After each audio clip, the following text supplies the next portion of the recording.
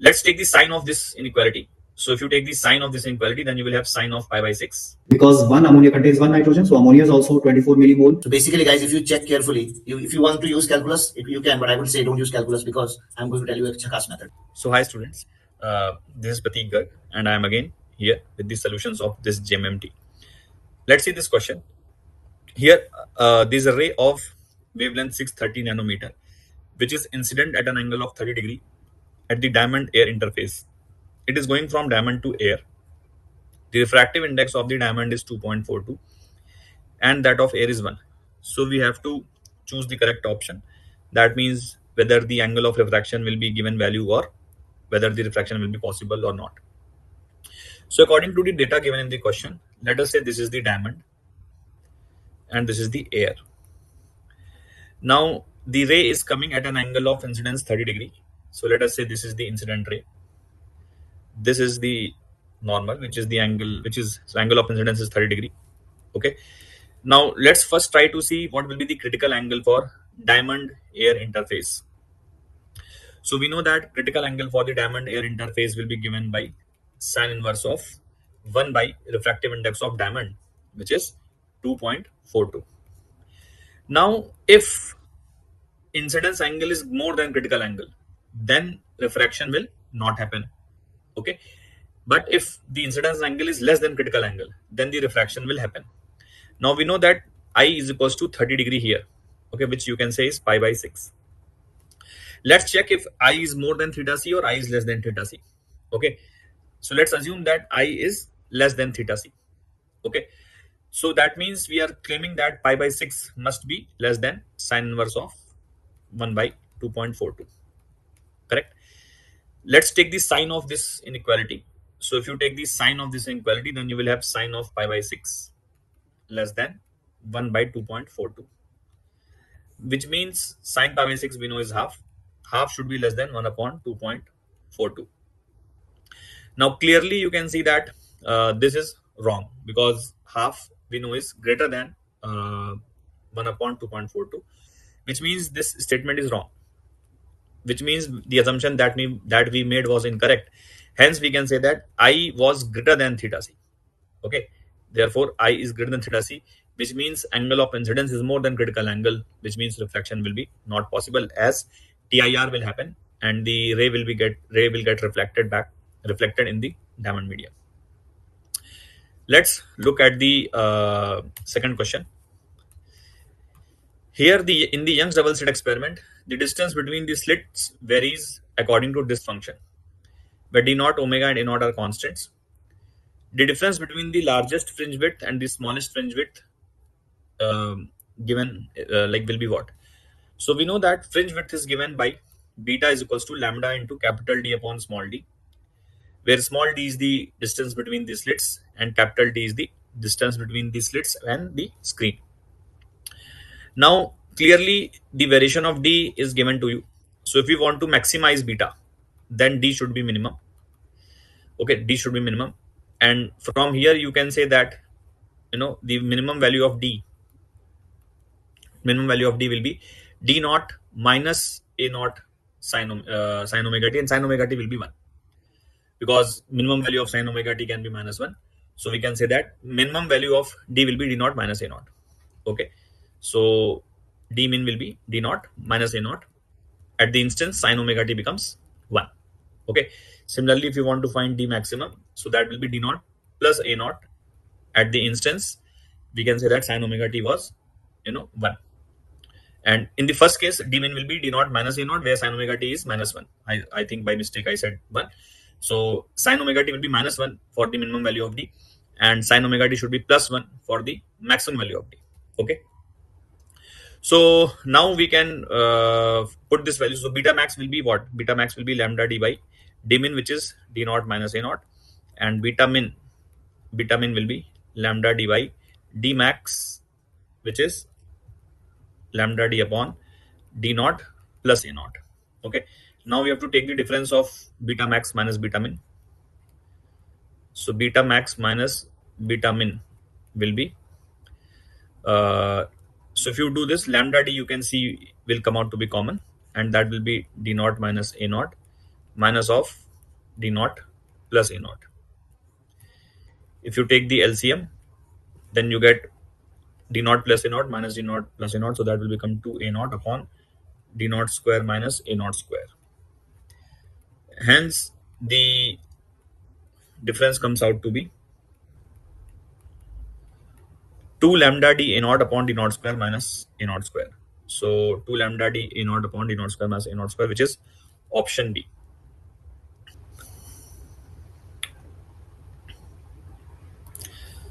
Now let us see this question. So here what is happening? Water droplets are coming from an open tap at a particular rate. The spacing between the droplets observed at the 4th second after its fall to the next droplet is 34.3 meters. At what rates droplets are falling from the tap? So basically here, let's say this is a tap. Okay, and let's say there was a droplet that fell at t equals to 0. Okay, now after 4 seconds, let's say that droplet you are observing is at this point. That means this droplet was this droplet fell at t equals to 0, and at t equals to 4 this droplet you can see is over here. Okay, now the next droplet that would have fallen after this one is still at this location, where this distance is given as 34.3 meters according to the question. Okay, so using this data we have to find how many droplets are falling per second. Now if you see the first droplet, let me call this as droplet 1 and this as droplet 2. So if you look at the first droplet, then it has fallen for 4 seconds. Okay, because it fell at t equals to 0 and now we are observing it at t equals to 4. So can we calculate the height it has fallen through? So we know that h will be is equals to half gt square. So g will be 9.8 and t will be how much? 4 into 4. So this becomes 9.8 into 4 to the 8. So 8 8 is 64 and 9 8 is 72 plus 6 78. So this is the height through which the first droplet has fallen. Now assume that the second droplet has fallen through height small h. So clearly small h will be is equals to capital H minus 34.3. Okay. So that means that will be 78.4 minus 34.3. So 0.4 minus 0.3 will be 0.1 and 78 minus 34 will be 44. So which means that the height fallen by the second droplet is 44.1 meter. Now let us say that the second droplet has fallen for time capital T. Okay. So we can say that if the second droplet has fallen for time capital T, so h will be is equals to half gt square, which means 44.1 will be is equals to half into 9.8 into t square. So if you see how much we get, 44.1 into 2 divided by 9.8. So I think 7, so this can be written as 441 into 2 divided by 98, and 7 we can cancel. So 7 into 14 and 7 6 are 42 and 2 is 3. Again 7 into 2 and 7 into 9, and this 2 and 2 will be gone.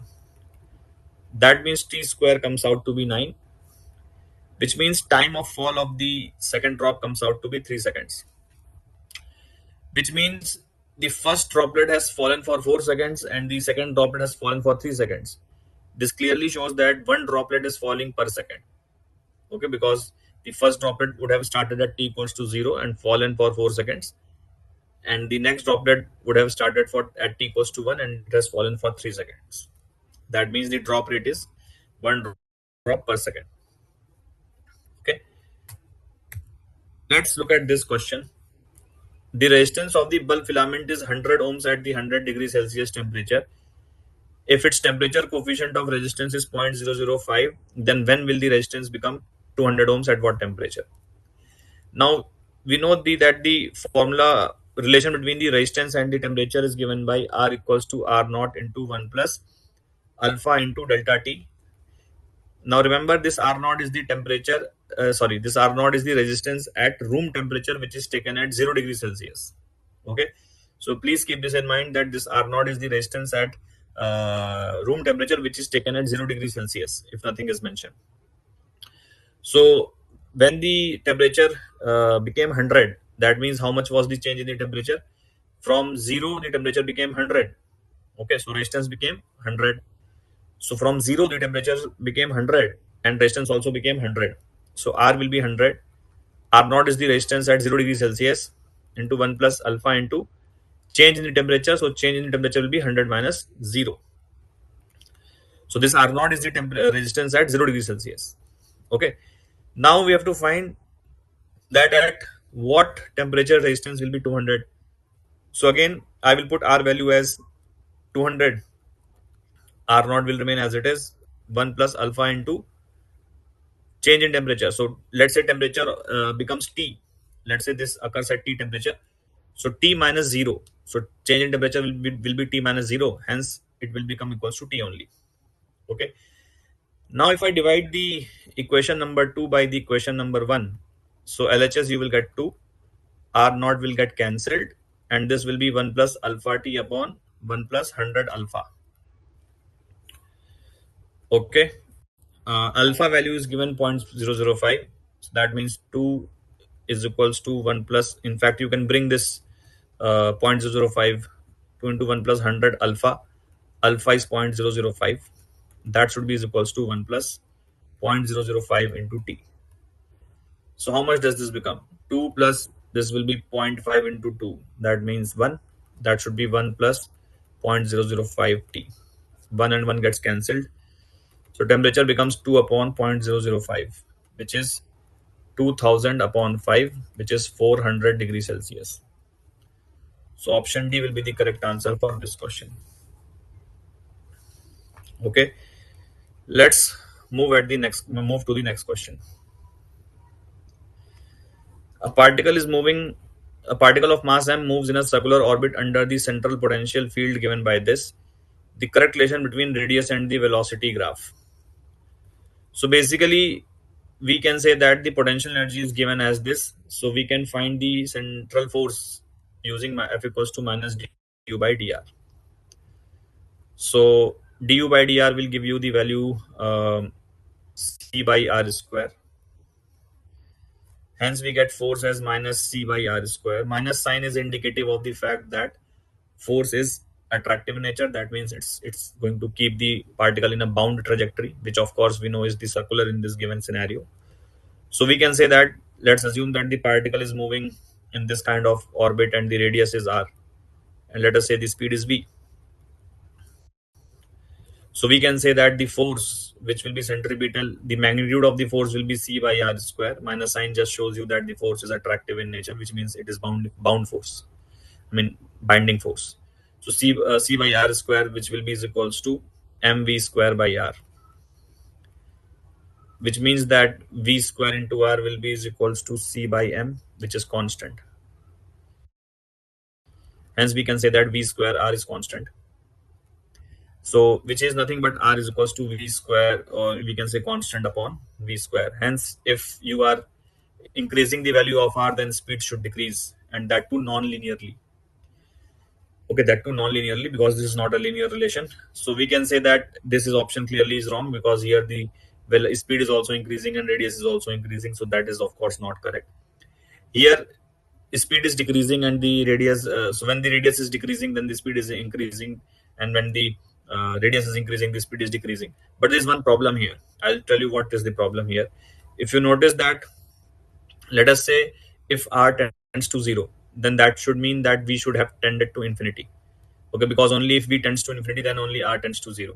Okay, conversely speaking, if r tends to infinity, then v should tend to 0. Okay, if v tends to 0, then r will tend to infinity. But this graph is not showing that. If you see here at this point, the v is tending to 0. V is almost 0, but r is not infinity. R is actually a finite value. So if r would have tended to infinity, then it would have been like this. Okay, so if you look at the graph C, then this is the correct graph, because here when you can see when r is decreasing, so v is increasing, and that too non-linearly. And when r tends to then v tends to infinity. So you can see that here r tends to 0 and v tends to infinity. And here you can see that v tends to 0 and r tends to infinity. So this graph captures everything. So option C is correct and option D is also wrong.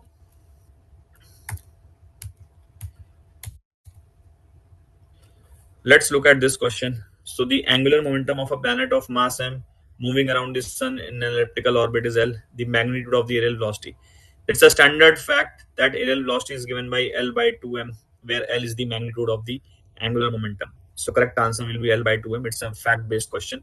Those of you who don't know how this formula is derived, you can very quickly see here, and I will derive it for you. But ideally, you should know this. Okay, suppose this is the elliptical orbit, and let's assume that this is the major axis.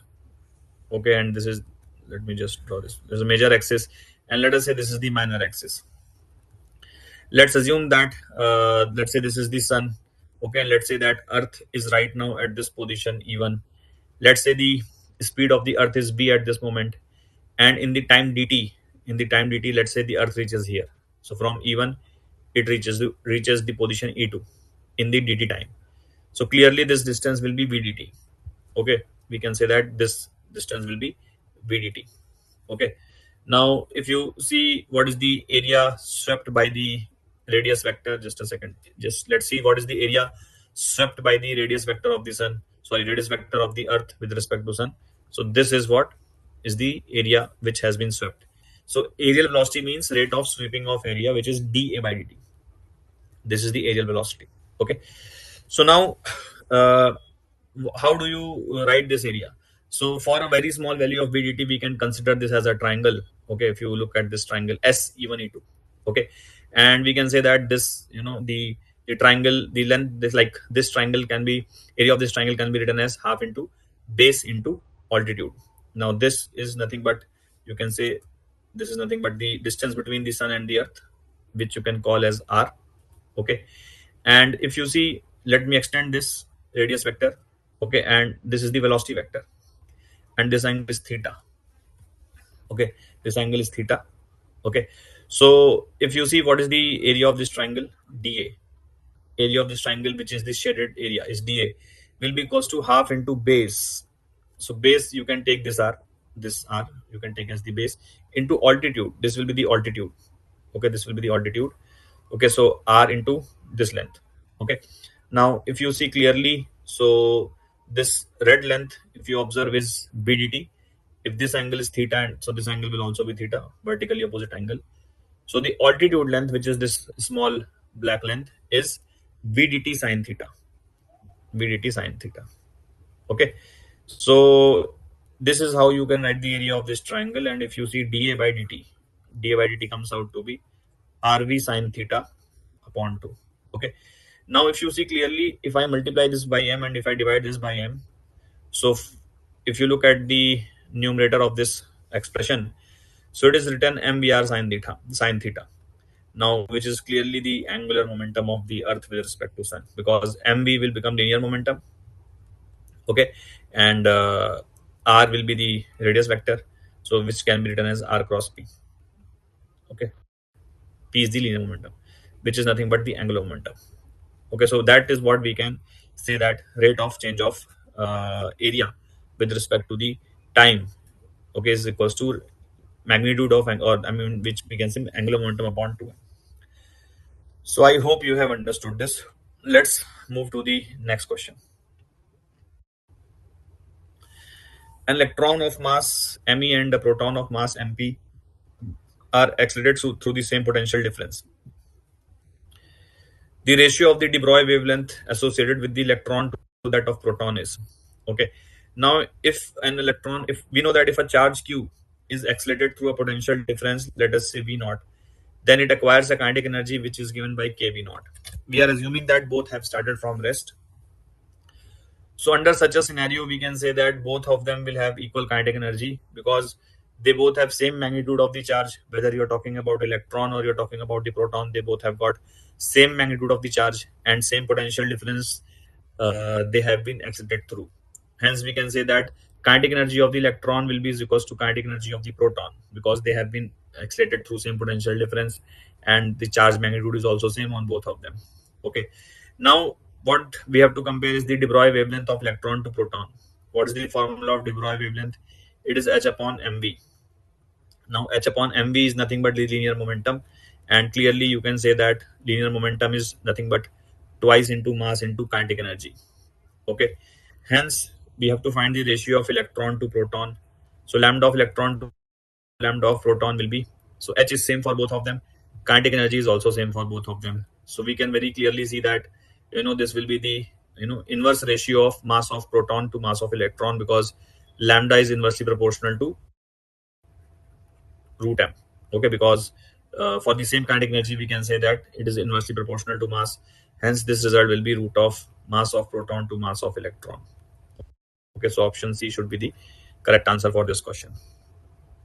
Okay. In a series LCR circuit, the inductive reactance is 10 ohms and the capacitive reactance is 4 ohms. The resistance is 6 ohms. The power factor of the circuit is. So very easy question again. We can simply say that power factor is R by Z cos phi, okay, which is R by Z.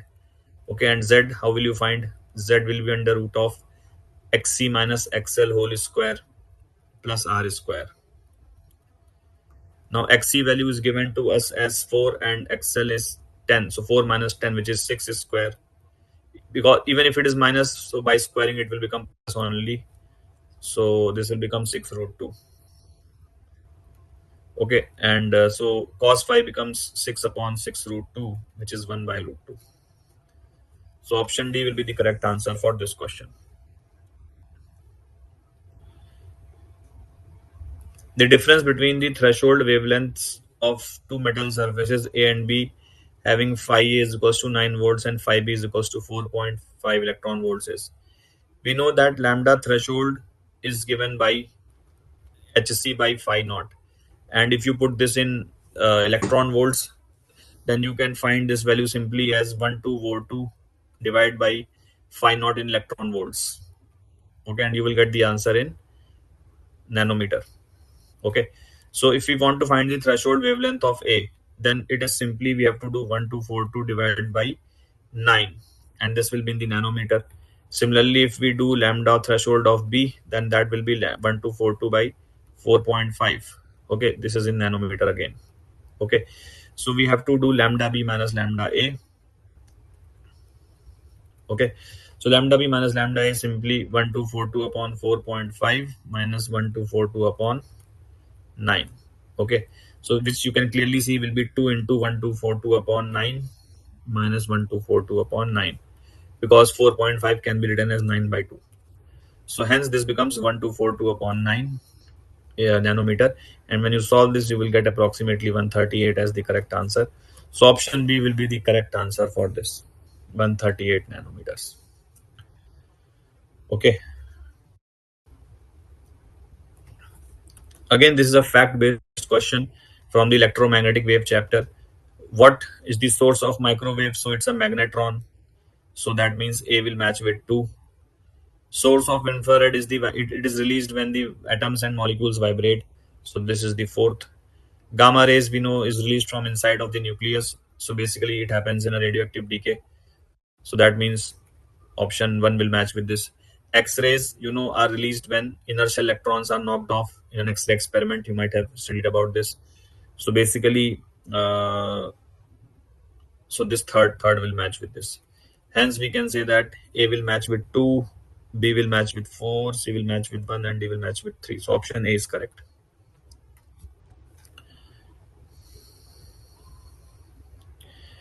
In LCR circuit, the capacitance is changed from C to 4C.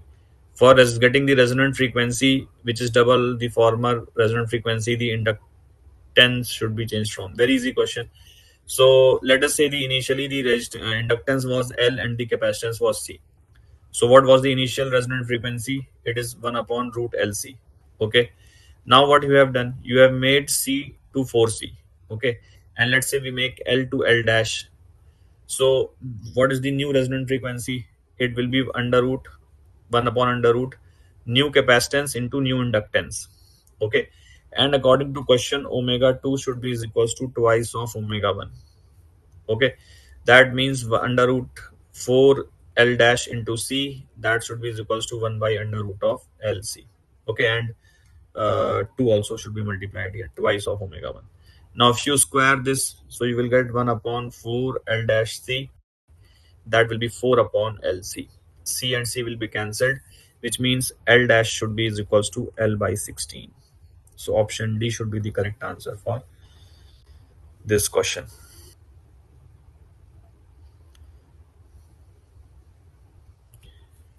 Let us see this question. So here there's a normal density of a material is rho and its bulk modulus of elasticity is K. The magnitude of the increase in the density when the pressure P is applied uniformly from all sides. So let us say that this is a material, okay, on which has a bulk modulus of K. Now, if you are applying the pressure from every side, okay, let's say we have applied the pressure P from every side, so of course its volume is going to decrease, and hence we know the using the formula of bulk modulus. Bulk modulus we know is negative of the incremental pressure, which is P, divided by change in the volume. Okay, so here P is the incremental pressure and dV by V is fractional change in the volume. Okay, minus sign just shows you that see, we know we need to keep bulk modulus positive because it's a positive quantity.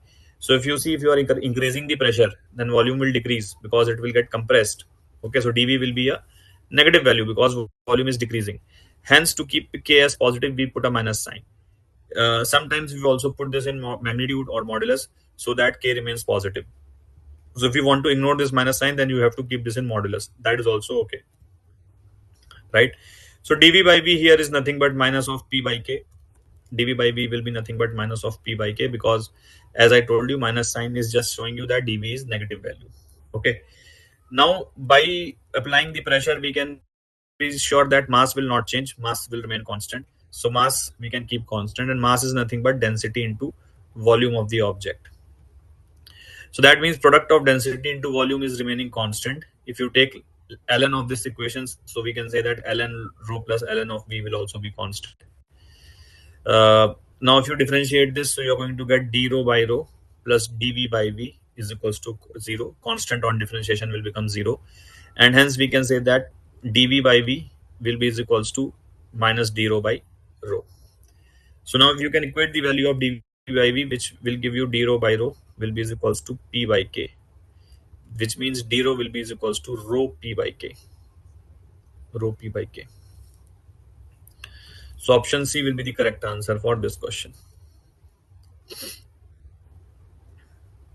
Sorry, option C, nahi, option D. My bad. Option D will be the correct answer for this question. In the thermodynamics, heat and work, we know that both are path functions. It's a straightforward question. Heat and work are path functions. Okay. So rest every option is wrong. Okay. Extensive thermodynamic variables, no, they are not extensive thermodynamic variables. Neither are they intensive thermodynamic variables. Neither are they point functions. Basically, these heat and work both depend on the path. That means they depend upon the process in which the gas was taken from the initial state to the final state. Okay, so that these type of functions are called path functions, which depends on the process, which depends upon the path, like how you are going from the initial state to the final state. Okay, like that. Extensive thermodynamic variables, those variables mean basically, ki, if on increasing the mass, then or increasing the matter amount of matter, if the volume or if the quantity changes, then those are called extensive. For example, mass, if you increase if you increase the matter, then mass will change. Okay, then volume is also extensive. But if on increasing the amount of matter, the quantity does not change, then we can say those are intensive. For example, density is a property of matter. Even if you have 2 kg of iron or 3 kg of iron, density will be same for both. Okay, so that is what we can think. So that is the meaning of extensive and intensive. Let's look at this question. Two ions having same mass have charges in the ratio 1:2. They are projected normally in a uniform magnetic field with their speeds in the ratio 2:3, the ratio of the radii of circular trajectory. So very easy question. They have same mass, okay, but the first one has the charge q, the second one will have the charge 2q, and the speed ratio is 2v to 3v. Okay, now we have to find the ratio of the radii. So we know that radius of the charged particle in a magnetic field or a circular motion is given by r equals to mv by qb. Okay, so we can say r1 is to r2 will be equals to m1 v1 upon q1 b1 and m2 v2 q2 b2. Correct. Now M1 is same for both of them, so you can cancel it. Magnetic field is also same for both of them, you can also cancel it. Okay, Q. Q is Q1 value is Q and V1 is 2V, and Q2 value is 2Q and V2 is 3V. So I think this becomes 4 is to 3. So option B should be the correct answer for this question. Okay. Two different metals bodies A and B of equal mass are heated at a uniform rate in the similar condition. The variation of temperature of the body is generally graphically represented as shown. The ratio of the specific heat is. Now, if you look at this graph, so basically we can say that temperature is to time graph for the first body. If you see, is what slope. Let's find the slope. That means dTA by dt. Okay, so that is what. So this you can see is 120, and this is 3. That means 120 by 3, which is nothing but 40. Okay. Similarly, if you look dTB by dt, dTB by dt, so that will be what? So this is nothing but 90, and this is 6. So it is 90 by 6, which is nothing but 15. Okay. Now both the body A and the body B are given the heat at the same rate. Okay, same rate.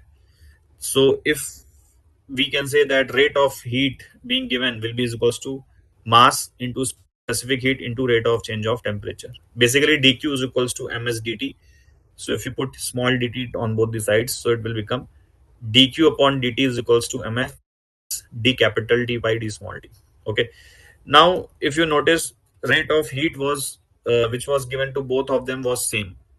Mass is also same. So mass of both is also same, which means that if you write this expression for the A, so you will say dqa by dt, that should be equals to mass, which is same, into SA into dTA by dt. Okay, and similarly dqb by dt. Okay, let me write here also A. So mass of B into S of B into dTB by dt. Correct. Now dq by dt is same for both, mass is same for both. Hence we can say that SA into dTA by dt, that should be equals to SB into dTB by dt. Okay. Now we have to find the ratio of SA by SB, which means that should be dTB by dt upon dTA by dt. dTB by dt is 15 and dTA by dt is 40. That means 5 into 3, 5 into 8. So 3 is to 8 should be the correct answer for this question.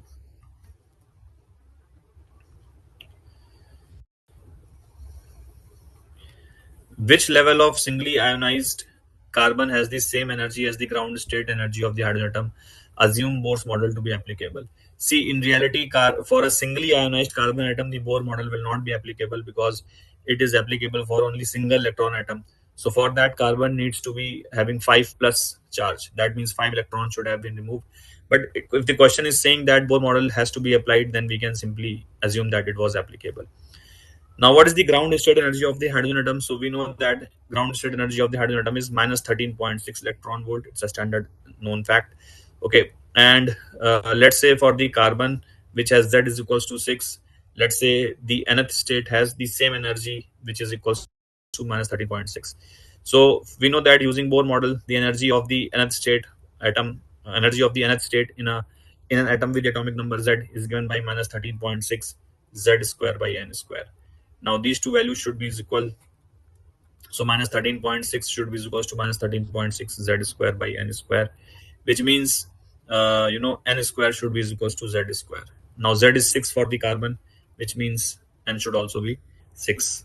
Okay, so sixth state of the carbon atom will have the energy minus 13.6 volts, electron volts. Okay, of course, we are assuming that Bohr's model is applicable. Okay. What is the potential at point O? So if you look at this circuit, okay, here we have been given 0 volt, here also we have been given 0 volt, here plus 5 volt and here plus 5 volt. Okay, now if you look at these 4 plates, so let me call the potential of O to be X. Okay, now if you look at these 4 plates, this one, this one, this one, and this one, so they are isolated system. That means they are not connected with the remaining circuit. Now you know that using charge conservation, the net charge on isolated system should remain 0 if it was not already charged. So we can say that the net charge should be 0. Hence, what is the charge on this 1 microfarad capacitor plate? So that will be x minus 5 into 1. Okay, what will be charge on this 4 microfarad capacitor plate? So that will be x minus 6 into 4. What will be charge on this 3 microfarad capacitor plate? That will be x minus 0 into 3.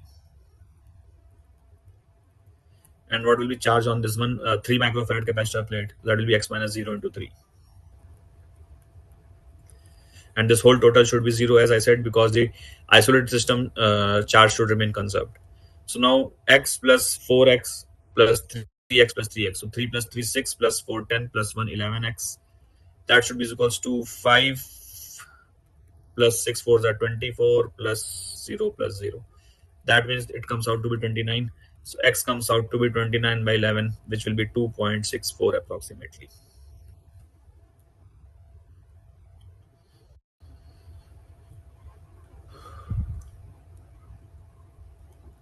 A horizontal force F is applied at the top of a uniform sphere of mass m, and the radius are placed on a rough horizontal surface. Friction is sufficient to prevent slipping. The friction force acting on the sphere is. So basically, we can say that this is a sphere, and there's a force F applied, which is applied at the top surface. Okay, so we have to find the friction and its value, and we have to assume that pure rolling is happening. Now see, you don't need to be confused with the direction of the friction, although there is a way to find out the direction of the friction. But even if you don't know that, what you can do is simply assume the friction in one particular direction. If final value comes out to be positive, then that means whatever you have chosen is the correct direction. If final value comes out to be negative, that means whatever you have chosen, the friction will be opposite of that. Now in this particular question, I already know that friction will be in the forward direction, but just to show you, purposefully I assume friction to be in the opposite direction. Now you will see that friction will come out to be negative in the end. That means whatever I have chosen is the wrong direction. In reality, friction will be in the forward. So deliberately I'm choosing friction to be in the backward. Now what I'll do, I'll write the you can again write the torque equation about the bottom point, or you can write the torque equation about the center of mass. So since many of you might not be knowing about the bottom point method, so I'll just write the torque equation about the center of mass. So you can see that let's say the body has an angular acceleration alpha, and center of mass is accelerating forward with the linear acceleration AC. Okay, so the torque of F will be F into R about center of mass, and friction will also produce the clockwise torque. So that will be friction into R. That should be equals to I about center of mass, which is 2 by 5 mr square into alpha. Okay, let's next write the one more thing. Since pure rolling is happening, so we can write AC is equals to R alpha, which means that this R and this R will get cancelled, and this remaining R alpha can be written as AC. Okay, hence this equation becomes F plus Fr is equals to 2 by 5 MAC. Okay, let's write the force equation on this whole body. So forward force, which is F, minus backward force, which is friction, that should be equals to mass into acceleration of center of mass. Okay, so if you add these two equations, you are going to see that we get 2F is equals to 7 by 5 MAC. Okay, and if you put the value of MAC in any of the equation, let's put the value of MAC in this first equation. Okay, so we get F plus Fr is equals to 2 by 5 MAC, and MAC was 10F by 7 from here. Okay, 10F by 7. Okay, so that means this becomes 4F by 7. Okay, so you can very clearly see that friction comes out to be 4F by 7 minus F, which is minus 3F by 7. Minus sign just tells you that the direction that we had chosen was actually wrong. That means the friction will be actually acting in the forward direction, and the magnitude will be 3F by 7. That means 3F by 7 in the direction of F. So option D should be the correct answer of this question. Here what is happening, the magnetic field is given as B is equals to B naught x by A k cap. The square loop of the side D placed with its edges along the x and y. The loop is moved with the constant velocity v naught, the EMF induced. Okay, so basically again an interesting question if you think carefully. Let us say at time t, the loop is somewhere over here. Okay, the loop is somewhere over here. Okay, now let me call this as A, B, or let me call this as PQRS. PQRS. Okay, now let's see what will be the EMFs induced. If you notice the direction of the magnetic field, so it is coming towards us. So magnetic fields are dot fields. Note that. Okay, velocity vector is towards the x-axis, so this loop is moving forward. If you look at this PQ, so there will be no EMF which will be induced here. Reason is very simple, because if you know the value of the EMF induced in any conductor is B perpendicular, V perpendicular, and L perpendicular. That means you have to take the mutually perpendicular component of these three parameters: magnetic field, velocity, and length. Now, if you notice for the PQ, length is also along the x-axis, and the velocity of this PQ is also along the x-axis, because the whole loop is moving along the x-axis. So we can say that there will be no EMF that will be induced in this PQ. Same logic goes for SR also. There will be no EMF that will be induced in SR, as the length is totally along this x-axis, and the velocity is also along the x-axis, which means that EMF will be induced only for the QR and PS segments. Now let's say PS segment is at the location X. Okay, PS segment is at the location X, which very clearly tells you that the QR segment will be at the location X plus D. Uh, D, I think, was the length of the, yes, x plus D. So D is the side length. Okay. So now what will be the magnetic field at this location of PS? So you can see that for this whole PS wire, X is fixed. Okay, the value of X is not changing. So magnetic field, you can put B naught X by A for this PS. So EMF induced for PS will be value of the magnetic field, which is B naught into X by A, into velocity of this, which is along the x-axis, which is V naught. Okay, and the length is how much? Length of this is D. Okay, and by the way, what is the EMF induced direction? How we can find polarity? So it is the positive polarity is always along the direction of V cross B. So if you do V cross B, so velocity is along the positive x-axis and magnetic field is coming towards us. So if you do V cross B, so we'll see that thumb is pointing down. So V cross B, thumb is pointing down. So we can say that this type of polarity will be induced here. Okay. Similarly, if you talk about the EMF induced in QR, EMF induced in the QR, so this wire is at the location of X plus D. Okay, so the magnetic field value will be taken as B naught into X plus D. Okay, divide by A. This is the value of the magnetic field. Velocity of this is V naught only. Okay, and the length is D only. Okay, here also same logic. Velocity is along the positive x and magnetic field is coming towards us. So we can say that this type of EMF will be induced. So if you see in the full loop, okay, if you see in the full loop, uh, this EMF EQR is more than EPS. Hence, we can say that this battery will be more than this. So, for example, if this is 7 volts and this is 4 volts, so the net EMF induced in this whole loop will be 7 minus 3. You can see that, because the current will move in this type of sense. So you can see that the if the current moves like this, so this battery will behave as the positive battery, but this battery will behave as the negative battery. Okay, just don't look at that. Both are in the same sense. Actually, when the current will flow, so current will go from negative to positive here, but it will go from positive to negative here. So actually, it is behaving in opposite sense. So E net will be simply EQR minus EPS. Okay. So now from here we can see that V naught D by A will come out to be common, and X plus D minus X will be left. So our answer should be B naught V naught D square by A. Okay, B naught V naught D square by A, which is option B.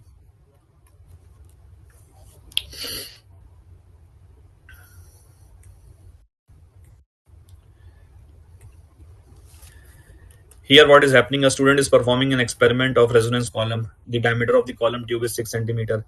The frequency of the tuning fork is 504.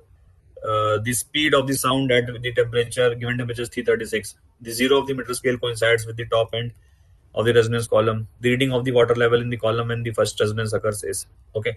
Now, basically, see, we can clearly say that the value of the wavelength is given by speed of the sound divided by frequency of the sound wave. The speed of the sound wave is given as 336, and the frequency of the sound wave is 504. Okay, so I think that 3112 and 3120 will be 6 and 24 168. Again, I guess this will cancel from 56. So 56 into 2 and 56 into 3. That means 2 by 3 meters. 2 by 3 meters is the wavelength, which can be written as how much? 66.66 centimeters, right? So this is the wavelength. Okay, now you know that when the resonance column in the resonance column experiment, we know that because of the end correction, the antinode is formed slightly upward. Okay, and this value is given as the end correction. Okay, so this is the water level. Okay, so we have to calculate that what will be the reading of the water level. That means we have to calculate this length. This length L will be the reading of the water level. Okay, from water level is measured from here, the top opening of the tube. Okay, so water level is measured from here. So this L will be the water level. Okay, now clearly you can see that this point is the node and this point is the antinode, and distance between node to antinode we know is lambda by 4. Okay, so we can say that L plus E, that should be lambda by 4. And the correction we know that is given by 0.3 times the diameter. Okay, so diameter is given to be 6 centimeter, which is 1.8 centimeter. So from here you can see that level of the water will be simply lambda by 4 minus we can say how much, 1.8 cent. Oh, sorry, my bad. This will be 60 is 60 is 18. Yeah, this is correct only. Lambda by 4. So that will be how much? Lambda by 4 is lambda by 4. If you will do this, will be 66.66 divided by 4 minus 1.8. So how much we are getting? 4 2 6. 2 6 is 6 are 24. Then again 2 6 6 are 24. 4 1 4 2 6. 4 6 are 24. Then 2 6 6 are 24 and 2 6 is again 6 are 24. Okay, so this will be 16.66 minus 1.8. So you can now see that it will come out to be approximately 14.8, right? 16.6 minus 1.8 will be best you can write is 14.8 centimeters. Okay.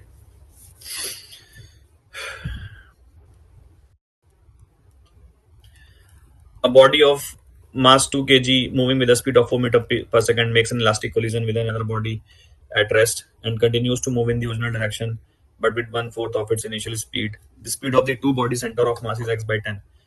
So we have to find the speed of the center of mass. What is happening here is a body of mass 2 kg which is moving at 4 meter per second. This makes an elastic collision with another body which is at rest. So let's say this body is of mass m2 and its velocity is 0. Now, after the collision, what happens? This 2 kg body continues to move in the original direction, but with 1/4 of the speed. That means 1 meter per second. Let us say M2 moves with, let's say, V2 velocity. Okay. Now, since the collision is elastic in nature, so we can say that velocity of separation after the collision, that will be equals to velocity of approach before the collision. So, what is the velocity of separation after the collision? V2 minus 1. Okay, this is the velocity of separation after the collision. And what is the velocity of approach before the collision? 4 minus 0. Okay, that means V2 value comes out to be 5 meter per second. Now, using the linear momentum conservation, we can simply say that 4 into 2 was the linear momentum of this first object. Second, M2 was having no linear momentum. That should be equals to 2 into 1 plus M2 into V2, which is 5. So from here, we can see that 8 should be equals to 2 plus 5 M2. So 5 M2 comes out to be 6. So M2 comes out to be 1.2 kg. Okay. Now we just wanted the speed of center of mass. So since center of mass will not change its speed, so either you can use the initial data or you can use the final data to find the speed of center of mass. It will remain the same. So I'll use the initial data itself. So what is the VCOM? 4 into 2 plus M2 into 0 divided by M1 plus M2. M1 is 2 and M2 is 1.2. So this becomes 4 to 8 upon 3.2, which means 80 upon 32. So 8 4s are 8 10s are, so which is 2.5 meter per second. Now x by 10 should be equals to 2.5, which means x should be equals to 25.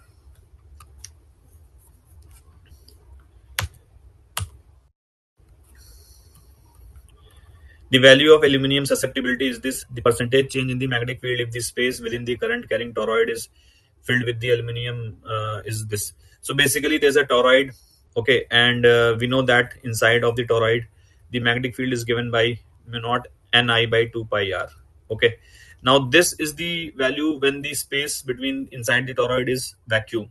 Okay, but if you are putting some metal or material which is of susceptible, which is of some other permeability, then the magnetic field will change, and that will be given by mu r times mu naught into Ni divided by 2 pi r. That means the magnetic field will become mu r times. Okay, now we have to find the percentage change. So we know that mu r is nothing but 1 plus susceptibility. That means, susceptibility was given to be this. So relative permeability will be 1.0. So this value, if you see, susceptibility is 0.000022. Okay. So if you add this susceptibility here, you will get 1.00022. This is the value of the mu r. Okay. And we have to find the percentage change in the magnetic field. So percentage change in the magnetic field will be b dash minus b upon b into 100. Okay, so if you put the value of b dash, it is mu r mu naught ni by 2 pi r minus mu naught ni by 2 pi r upon mu naught ni by 2 pi r into 100. Now you can see that mu naught ni by 2 pi r will get cancelled uniformly. So in the numerator you will have mu r minus 1, which is nothing but susceptibility only, which is 0.000022 into 100, which will become 0.0022%. Okay, so this 0.0022% is the answer, which should be compared with the value x upon 10 to the power 4, which means x becomes 22.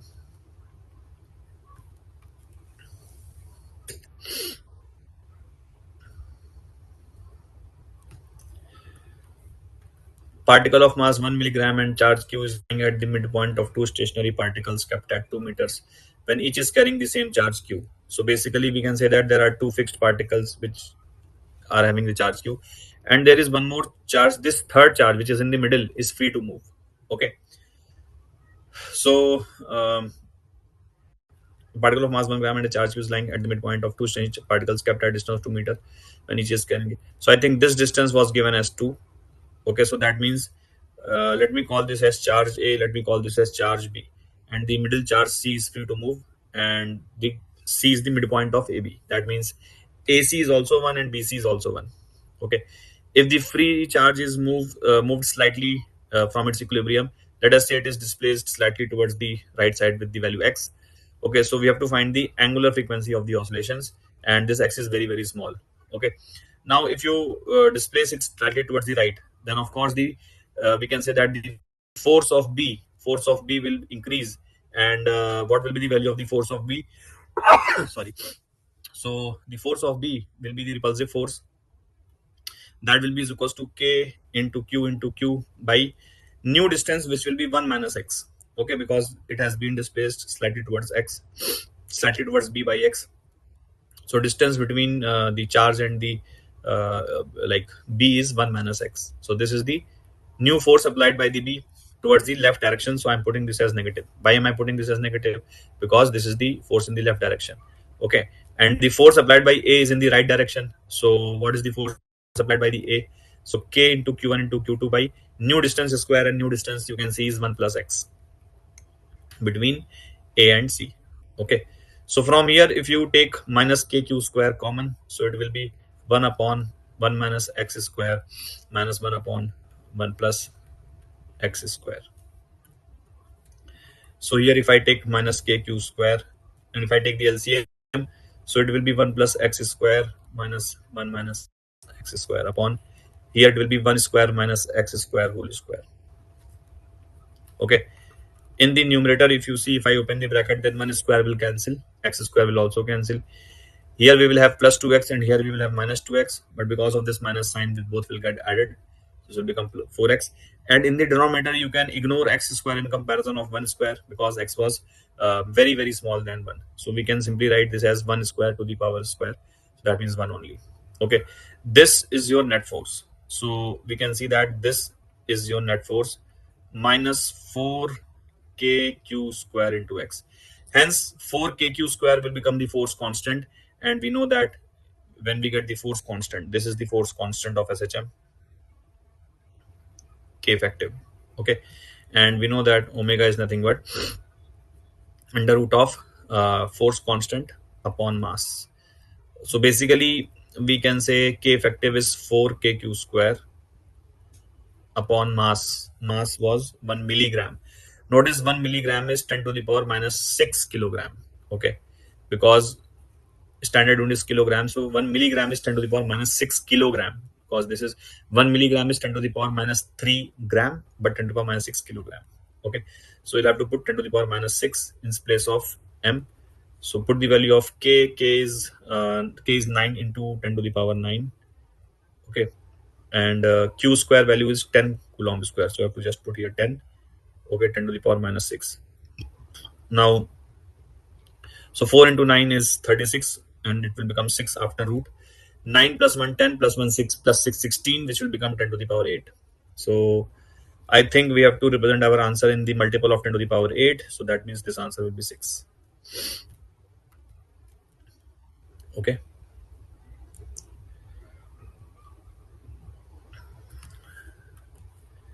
A point charge plus 12 microcoulomb is at a distance of 6 centimeter vertically above the center of the square of side 12 centimeter. The magnitude of electric flux through the square will be in the product of 1000 Newton meter square per coulomb. So again, it's a very standard question. If you see this kind of situation is shown to you, this is the square plate, and if you go at, so the side length of the square is 12 centimeters. Okay, and if you go 6 centimeters above the center of the square, so you will find the charge here. Okay, now I think all of you might be knowing this question. If you complete this square, sorry, if you complete the cube, not the square, if you complete the cube, okay, if you complete the cube, then we can see that charge will lie symmetrically exact at the center of the cube. Okay, and this cube will be of the side length 12. So now if you know that using Gauss law, the flux through the whole cube will be total charge inside the cube upon epsilon naught. This is the flux through the whole cube. But since the charge is placed symmetrically with respect to all the 6 spaces, so we can say that flux through one of the surfaces will be one of the squares will be 1/6 of the total flux through the cube. Okay, so that means this will become q by 6 epsilon naught. Okay, and which is what we wanted to find, flux through one of the squares. Okay, so flux through all the squares will be same. So we can say from our square also the flux will be q by 6 epsilon naught. Okay, now you just have to calculate the value. So phi square you can calculate. Q value is given to you as 12 microcoulombs. So that means 12 into 10 to the power minus 6 upon 6. Epsilon naught is 8.85 into 10 to the power minus 12. Okay, now this becomes 12 by 6. You can just simply say that it will become 2. So 2 upon 8.85, 2 upon 8.85 into 10 to the power 12 will go in the numerator, and it will become 10 to the power 6. Okay, because it will cancel minus 6 power. Okay, so from here you can borrow 1000. It will become 2000 upon 8.85 into 10 to the power into 1000. So now this value, if you calculate and round it off, it will come out to be 226 approximately. You can do the calculations. So that means this becomes 226. Okay.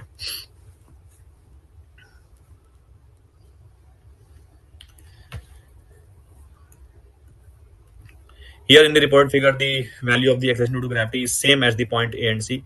So at the point A and C, the gravity is same, but it is smaller than that value at the point B. So we know that the gravity is anyway maximum at the surface of the Earth. So we have to find the OA is to AB, sorry. To find OA is to AB. Okay. Now again, a very easy question. If you look at point A, the gravity is same as that at point C. Okay, we know that the radius of the Earth is 6,400 kilometers. Radius of the Earth is 6,400 kilometers. Okay, and if you notice BC is r by 2. Can you see here? BC is r by 2. Okay, that means you can say that OC value. Okay, OC value will be what? 3r by 2. Okay, OC is how much? OC will be 3r by 2. R plus r by 2. Okay, which means that if you want to find the gravitational field at the point C, okay, gravitational field at the point C, so that will be gm by OC square, right? That means it will be gm by 3r by 2 square, okay. This is the value of the gravitational field at point C. Okay, now let's say that OA distance is x. Okay, let's say that OA distance is x. So what is the value of gravitational field at point A? Okay, so gravitational field at point A will be simply gmx by r cube, standard result. Okay, now according to the given data, EC and EA are equal. Okay, EC and EA are equal. So what is the value of EC? Gm upon r square, and this will become 3 by 2 square, which is 9 by 4, which will become 4 by 9. Okay, so 4 by 9. Okay, 4 by 9, which will be equals to gmx by r cube. Gmx by r cube. So from here gm gets cancelled. Okay, this r square will make it r only. So x becomes 4r by 9. Okay, so x was OA, which means AB, which is AB is this value. So that means OB minus OA. OB minus OA. And OB is how much? R. OA is X, which is 5R by 9. So now we get OA is to AB. OA is how much? OA is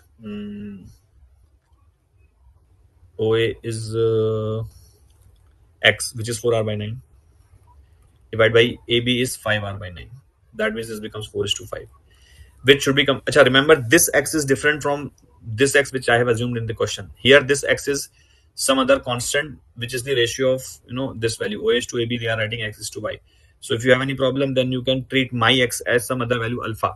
Okay, so this x which I have assumed in the question and this x given in the question is different. Okay, so this will be given x is to given y. So given value of x which we have to find becomes 4. Okay, so this 4 by 5 was x by 5, so x becomes 4. So our answer will be 4. So I hope guys you have understood. Okay, that's it for the time being. Thank you so much. Bye bye. Everyone, welcome to the solution of chemistry section of this paper. Let's start with the first question.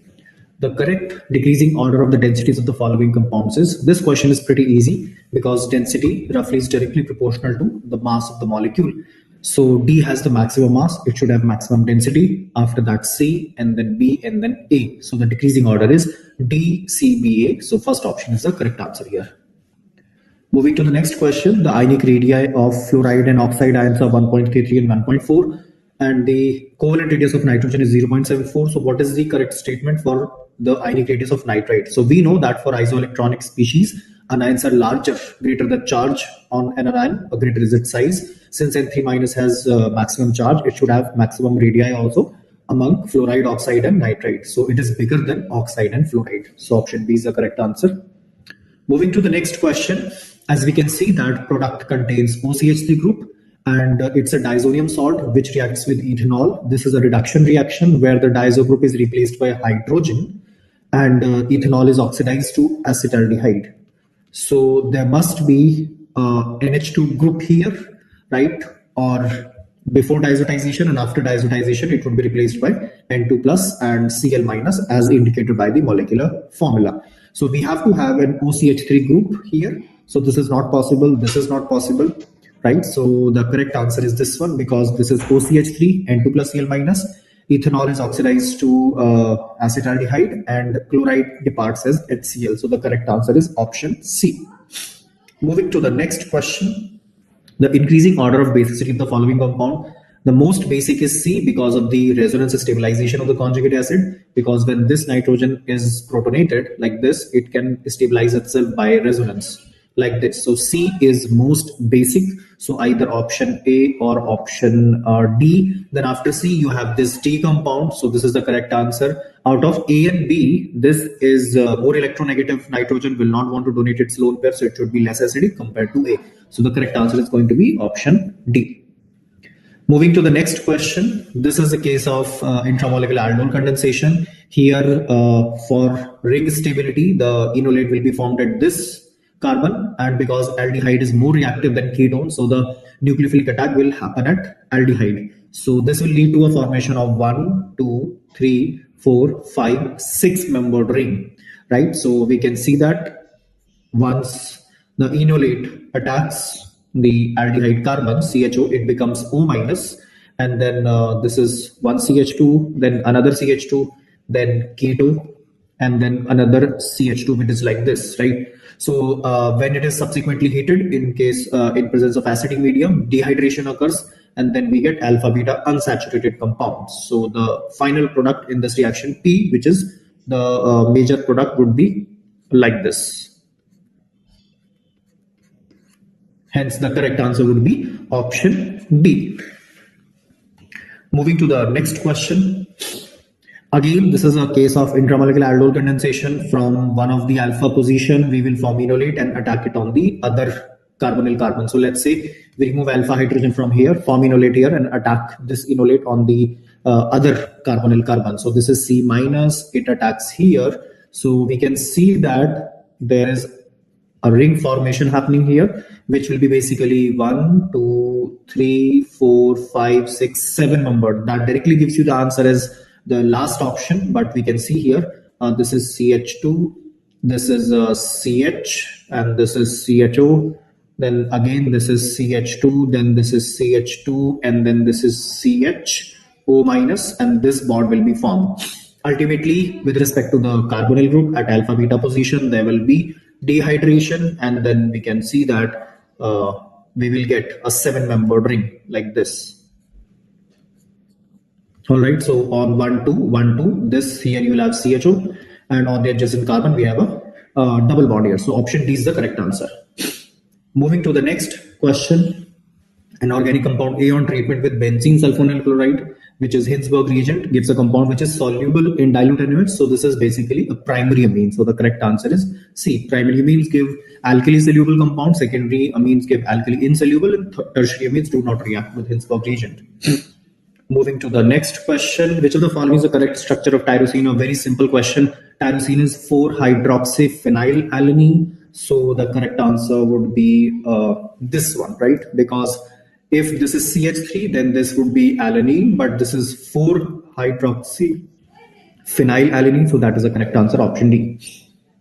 Moving to the next question, the correct shape and bond angle in I3 minus. This is very famous, very important example of a linear geometry. I3 minus here, iodine is a central atom with 7 plus 1 negative charge, 8 valence electron, out of which 2 are distributed with the peripheral iodine, leaving behind 6 lone electron, that is 3 lone pairs. So the repulsions are symmetrical here, and they look like this. The molecule, the ion looks like this. It is linear geometry, trigonal bipyramidal, linear shape, trigonal bipyramidal geometry, and the bond angle of 180 degrees. All right. So when we consider geometry, we consider all the valence shell electron pairs. When we consider shape, we do not consider lone pairs. We just consider bond pair. So if you look at the geometry, then it is trigonal bipyramidal, but the shape is linear. So the bond angle is 180 degrees. Option D being the correct answer. Moving to the next question, as per the first law of thermodynamics, delta U is equal to Q plus W. If the process is adiabatic, there is no heat exchange, Q turns 0, so delta U is equal to W. So hence, delta U is equal to adiabatic work. Moving to the next question, we know as per the equation, Kp is equal to Kc, RT raised to the power delta Ng, where delta Ng is the number of gaseous moles of products minus number of gaseous moles of reactants. So Kp by Kc in that case will be RT raised to the power delta Ng. In first equation, delta Ng is 0 because on either side there are 2 moles of the gas. So anything raised to the power RT raised to the power 0 is 1. So yes, one of these will be the correct answers. Then about N2O4 into NO, delta Ng is 2 minus 1, that is 1, and the value of RT they have given 24.62. All right, so either option A or option B. In the last case, N2 plus 3H2 gives 2NH3, delta Ng, as you can see, it is 2 minus 4, which is like minus 2. So RT raised to the power minus 2, which is 24.62 raised to the power minus 2, which is 1 upon 24.62 square. So it's definitely going to be less than 1. So the correct answer is going to be option B. You don't have to do the complete calculation in order to arrive at the correct answer in this question.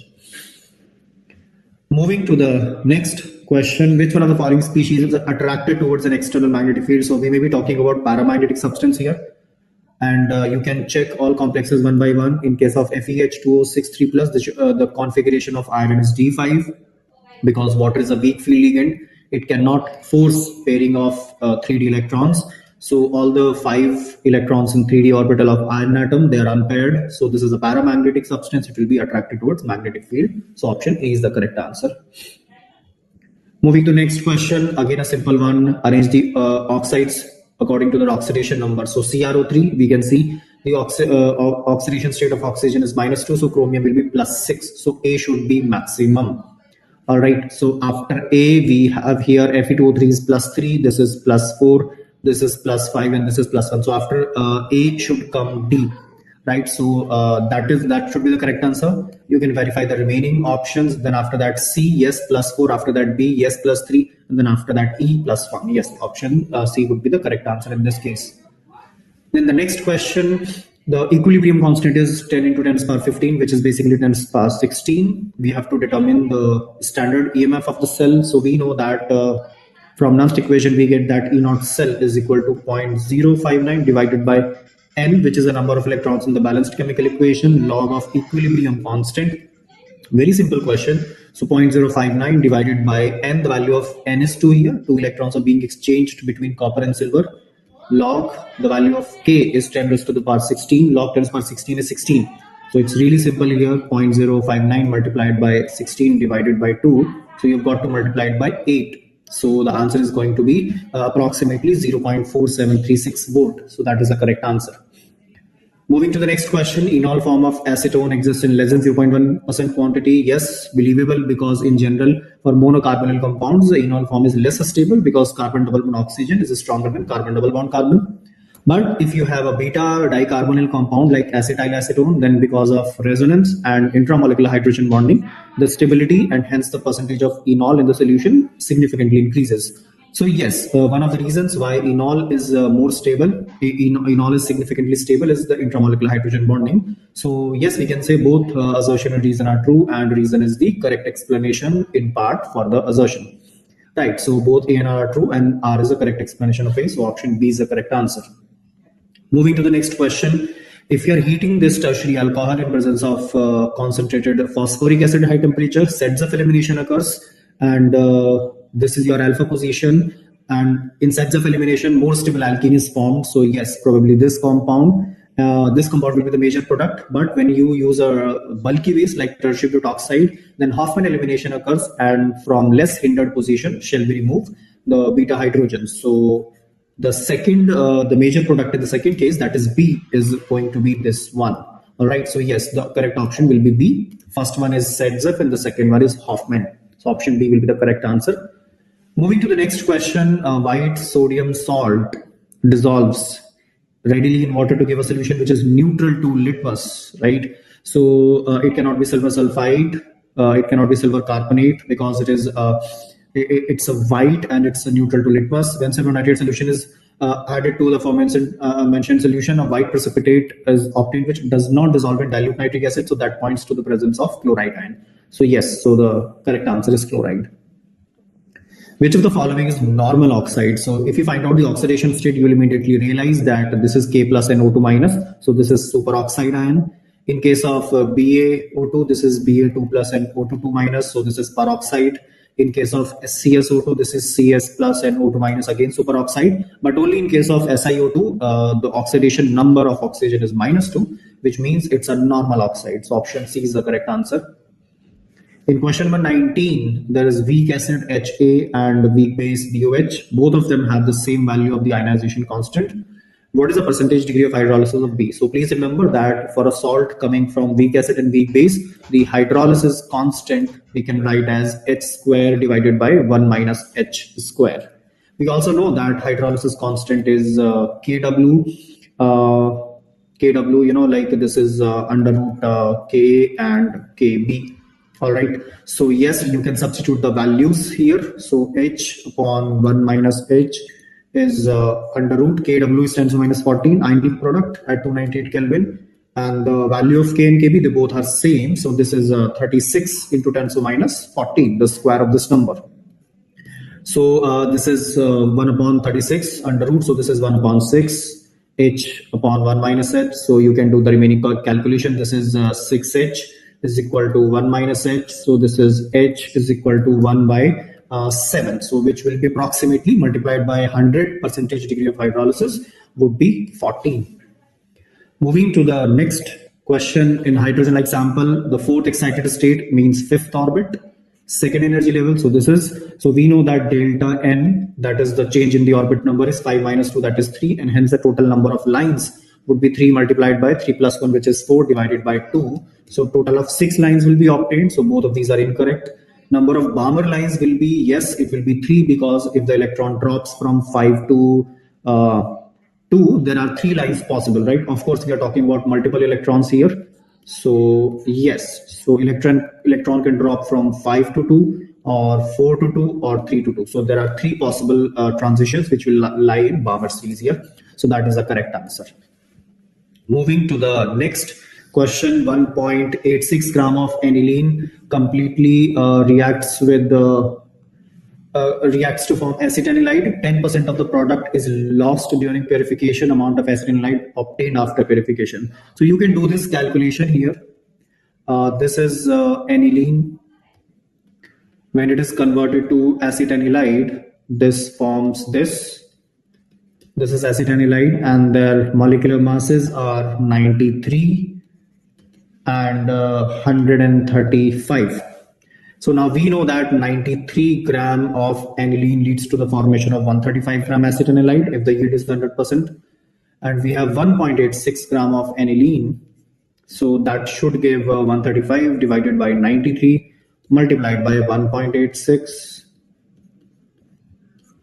So basically 2.7 gram of acetanilide should have been obtained, but 10% of the product is lost. So the actual mass would be 90%, that is 0.9 multiplied by 2.7 gram. You can do this calculation, right? So this will come out to be 2.43 gram, right? Which we can write as 243 into 10 to the minus 2. So the correct answer would be 243. This is a question based on Raoult's law. So the total vapor pressure would be P naught A XA plus P naught P XP. The vapor pressure of pure liquid is 21 kilopascal, and we are making a mixture of 1 mole of A and 2 mole of B. So the mole fraction of A would be 1/3, the total number of moles. For B, the total the pure vapor pressure is 18 kilopascal, and the mole fraction would be 2 moles of B divided by total moles, which is 3. Right, so this is 7 and this is 12. So the total vapor pressure exerted by the mixture would be 19 kilopascal. A very easy question, direct question based on Raoult's law. Next question, 0.8 gram of an organic compound was analyzed by Jeldal's method for the estimation of nitrogen if the percentage of nitrogen was found to be 42%. So the mass of the compound is 0.8 gram. Out of this, 42% is nitrogen. So how much nitrogen is there? So this is 0.8, and the mass of nitrogen is multiplied by 42%, which is 0.42. Number of moles of nitrogen would be 0.8 multiplied by 0.42 divided by the atomic mass of nitrogen, which is 40. So this would be 10 raised to the power minus 3. So this is 24 into 10 raised to the minus 3 mole, or we can also say 24 millimole, right? We can also say 24 millimole. Now, as per the principle of atom conservation, if number of moles of nitrogen is 24 millimole, because one ammonia contains one nitrogen, so ammonia is also 24 millimole, and ammonia and H2SO4, they react in a ratio of 2:1. That is, 1 mole of H2SO4 reacts with 2 moles of ammonia. So if ammonia is 24 millimole, H2SO4 will be 12 millimole. So H2SO4 we have, that is 12 millimole. Now we know that these millimoles is molarity into volume. Molarity is given to be 1 and volume. So 12 is equal to 1 into V. So the volume is coming out to be 12 ml. So that is the correct answer in this question. Moving to the next question, the homoleptic and octahedral complex of cobalt. So the electronic configuration of cobalt is 3d7,4s2, and cobalt 2 plus means 3d7. Because water is a weak field ligand, no pairing will be done here. So the 7 electrons will be distributed among T2G and EG orbitals like this: 1, 2, 3, 4, 5, 6, and 7. So there is only one unpaired electron here. So one unpaired electron in T2G set of orbitals. So the correct answer is 1. Moving to the last question, in this reaction, the concentration of ferrous sulfate changes from 10 molar to 8.8 molar in half an hour. The rate of production of ferric sulfate. So basically, we write the rate of reaction in terms of these two substances, which is 1/6. We are ignoring the sign here. So this is 1/6, and the change in the concentration of ferrous sulfate divided by time interval, right? This is, I'm writing the rate of reaction. So this has to be equal to 1/3 delta of concentration of Fe2SO4 thrice divided by delta T. Okay, now this is going to be 1 by 6, and they have given that the concentration changes from 10 to 8.8, so a change of 1.2 mole occurs in half an hour, which is like 30 minutes. So I'll multiply it by 60, right, because they have taken second inverse. All right, so this is 1 upon 3, and they have asked what is the rate of production. So this is something we have to find out. Let's call it X. Okay, so let's call it X. So this is basically, right. So basically X is 1 upon 3000, which is 0.333 into 10 raised to the power minus 3, and we have to express it as 10 to minus 6. So we can rewrite it as 333 into 10 raised to the power minus 6. So the correct answer in this question is going to be 333. So that is the correct answer in this question. With this being the last question, that's all in the solution today. Thank you for watching. Today's session is all about Eklavya JMMT-15 video cell solutions beta. So let's get started. Right. So the first question that we have is the equation from binomial theorem that says that 1 plus x plus 2x square power 20 is equal to this. Okay. Then what is the value of a1, a3, a5 up to a37? So how do you approach this problem? Okay. So first of all, you can see very clearly if I put x equal to 1 on both sides, because in identity we can do that, right? If we do that, left hand side becomes how much? I think it becomes 4 to the power 20. Correct. Right hand side will be a0 plus a1 plus a2 plus a3 up to beta a40. Correct. But I want a1 to a37. Okay. So now what? So okay, sir, if I put x equal to minus 1, what will happen? If I put x equal to minus 1, these two will get cancelled. We'll be having only 2 to the power 20.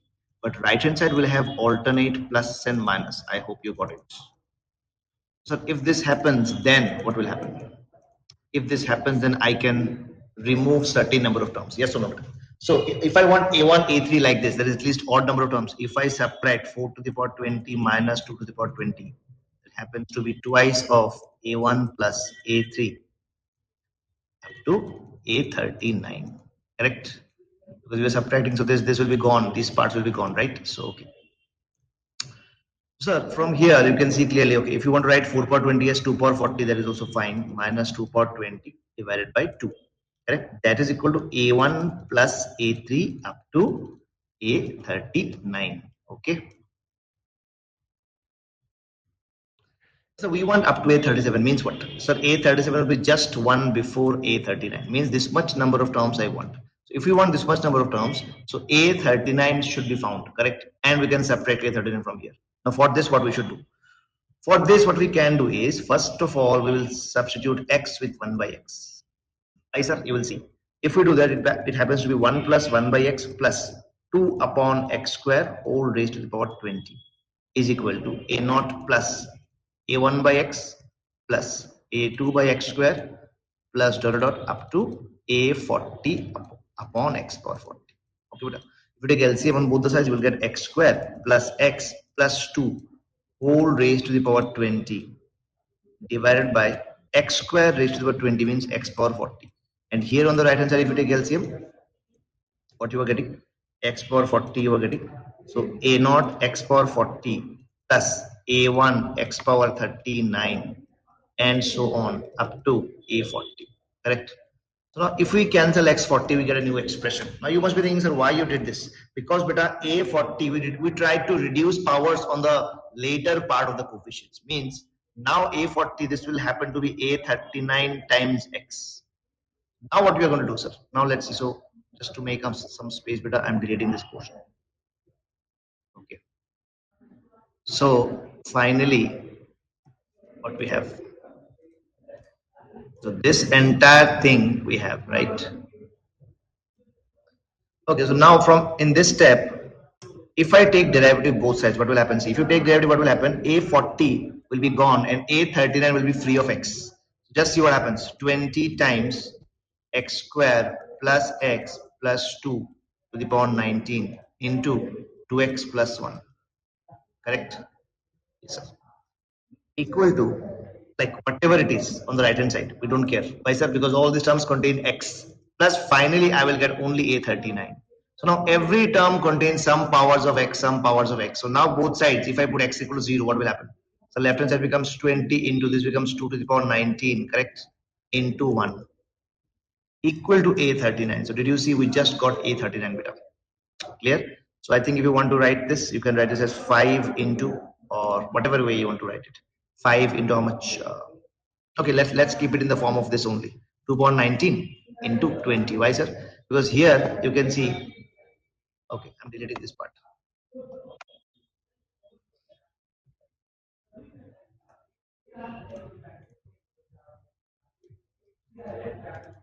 So here 2 power 20, if you take common, 2 power 20 minus 1 by 2, correct, is equal to sigma A1 that I want to find out plus A39.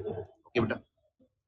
So 2 if you cancel, I think you get 2 to the power 19 whole raised to the power, 2 power 20 minus 1 minus A39. What is A39? A39 is this. Again 2 power 19 into 2 power, sorry, into 20. No? Yes. That is your A39. So this will be 2 power 19 if you take common. 2 power 20 minus 1 minus 20, there is 2 power 20 minus 21. So that happens to be your A39. I mean, sorry, that is our sigma A. That is our sigma A1. So answer should be 2 power 19 into 2 power 20 minus 21. That is C is your correct answer. Okay, the next question, let's see. So beta, next we have the value of 0 power 0 to 100 pi definite integral tan inverse of cot x plus cot inverse of tan x. Okay. So first thing we can see very clearly, the period of this function will be pi. Correct, because cot inverse of tan of pi plus x will be again tan x, and tan inverse of cot of pi plus x will be again tan inverse of cot x. So period is pi. Period is pi. If period is pi, can we take this out? 100. If we take this out, it will be 0 to pi. This will be tan inverse of cot x plus cot inverse of tan x whole times dx. Okay. So if we have this, now what we can do? Sir, can we integrate directly? No chance, right? And one more problem is, sir, 100, like 0 to, and this is cot x. So first let's write this as tan inverse of tan of pi by 2 minus x, so that we can cancel tan inverse and tan, right? And we get something. So cot inverse of cot of pi by 2 minus x. Same thing. So from 0 to pi, this part is creating problem. So from 0 to pi, this part is fine, I think. Correct? Yes. Because from 0 to pi, pi by 2 minus x will go from minus pi by 2 to pi by 2. And tan inverse of tan of x is x. But cot inverse of cot of x, if you see the graph, this is the graph. From 0 to pi. Correct? So sir, but the problem is if I am going from 0 to pi, I think this should give us what? Both should just give us the same value, no? What do you think, guys? So if I am directly writing what we are getting, let's see. Sir, 100 times 0 to pi. Because if I am going to see, okay, but sir, one problem is here. Cot inverse cot of pi by 2 minus x. If x is going from 0 to pi, pi by 2 minus x is going from minus pi by 2 to pi by 2. But cot inverse cot x is, see, this was the graph now. This is pi. So from minus pi by 2 to 0, there is one function, and from 0 to pi by 2, there is one more function, right? So I think we have to break it, sir. Yes, let's break it and check. From 0 to pi by 2, if we find out beta, from 0 to pi by 2, you can see pi by 2 minus x has no issue. It is going from 0 to how much? Pi by 2 again. Correct? So that will break out as pi by 2 minus x. Clear? Plus cot inverse of cot of this. When x is going from 0 to pi by 2, is also lying between 0 and pi by 2. Clear? So cot inverse of cot will have no issue. Correct? If you put x equal to 0, you will get pi by 2. If you put x equal to pi by 2, you get 0. Correct? So I think, sir, this will be again pi by 2 minus x. So I think very simply, you will see, sir, 100 times. That remaining part I have not written yet. I'll write pi by 2 to pi. Okay. So finally, 100 times what we have? 0 to pi by 2. And this will be twice of 1, 2 will come out, and pi by 2 minus x. Okay. So finally, we get 200 integral 0 to pi by 2 minus x. So if you calculate only this much part, it will be 200 times how much? Pi x by 2 minus x square. Clear? Going from 0 to pi by 2. So I think you can see, so 200 times it will be, if you put in place of x, if you put pi by 2, it happens to be pi square by 4 minus, in place of x, if I am putting how much? Sorry, x square by 2 now. Yeah, 1 2 is missing. So x square by 2, and in place of x, if I put pi by 2, but it happens to be, I think, pi square by 8. So finally from here you get how much? 200 times pi square by 8. So I think you get 25 times pi square, sir. But that is not enough. That is only the first part. Clear, beta? Okay, let's take the second part here.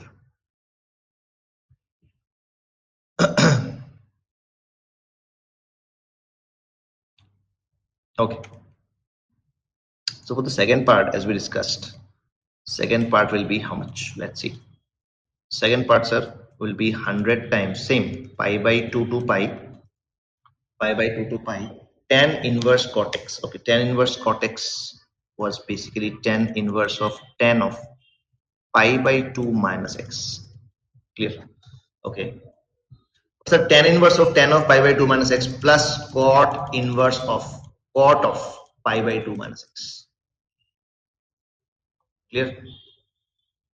So 100 into pi by 2 to pi. If we go, guys, please check. Sir, pi by 2 if I put becomes 0, and if I go pi, it becomes minus pi by 2. Means minus pi by 2 to 0. Tan inverse 10x. If you remember, the graph of tan inverse 10x is like this. It means it is x only, so it will break down to pi by 2 minus x. Correct? Okay, sir. Plus cot inverse cot. If you pay attention to cot inverse cot, sir, I think it is going from, sir, as I put x equal to pi by 2, it becomes 0, and from 0 to minus pi by 2. So the graph was little different. So this was the graph from minus pi by 2 to 0. So if you see the graph, it is how much? Guys, how much it is? I think, sir, it should be pi. Should be pi plus x. X means, okay, pi plus x means pi plus x is your pi by 2 minus x. I hope that is very clear. So finally, what we get from here, please check. So we get 100 times pi by 2 to pi. Pi by 2 plus pi by 2 is pi. Pi plus pi is 2 pi minus 2x. So if you take 1 2 common, again you get 200. Correct? You get pi by 2 to pi, and you get pi minus x. Clear, beta? So now what we are going to do is we are going to use shortcut. Shortcut means we are going to reduce the limits by pi by 2. So if I reduce the limits by pi by 2, I have to increase the input by pi by 2. So it happens to be 200 from 0 to pi by 2. Pi minus x plus pi by 2. That is, it will be pi by 2 minus x. Please check. So do you see? It's the same thing I think we got earlier. So 200 times 0 to pi by 2 minus x. Same thing we are getting here again. It means exact same answer we'll get. So it will be twice of the same answer. That is, answer should be 50 pi square. 25 pi square into 2. Okay, next question. So next one is the line this meets YOZ plane at A from a foot of perpendicular. Okay, whatever it is, let's draw the diagram, sir, first. Yes or no, guys? Yes, sir. Diagram is the best thing. Correct. They're saying YOZ now. Okay, let's take our X here. Let's take X in this direction. It is saying YOZ, beta. YOZ means, sir, YZ here and O. Let's say we have a line, sir. Yes, and a line is meeting here at this point.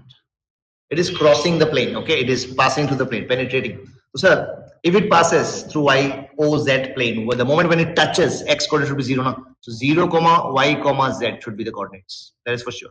So if it is 0, from the equation, can we derive Y and Z? Answer is yes. Obviously, why not? If I put X equal to 0, sir, I think minus 2 by 1 is equal to Y minus 3 by 2.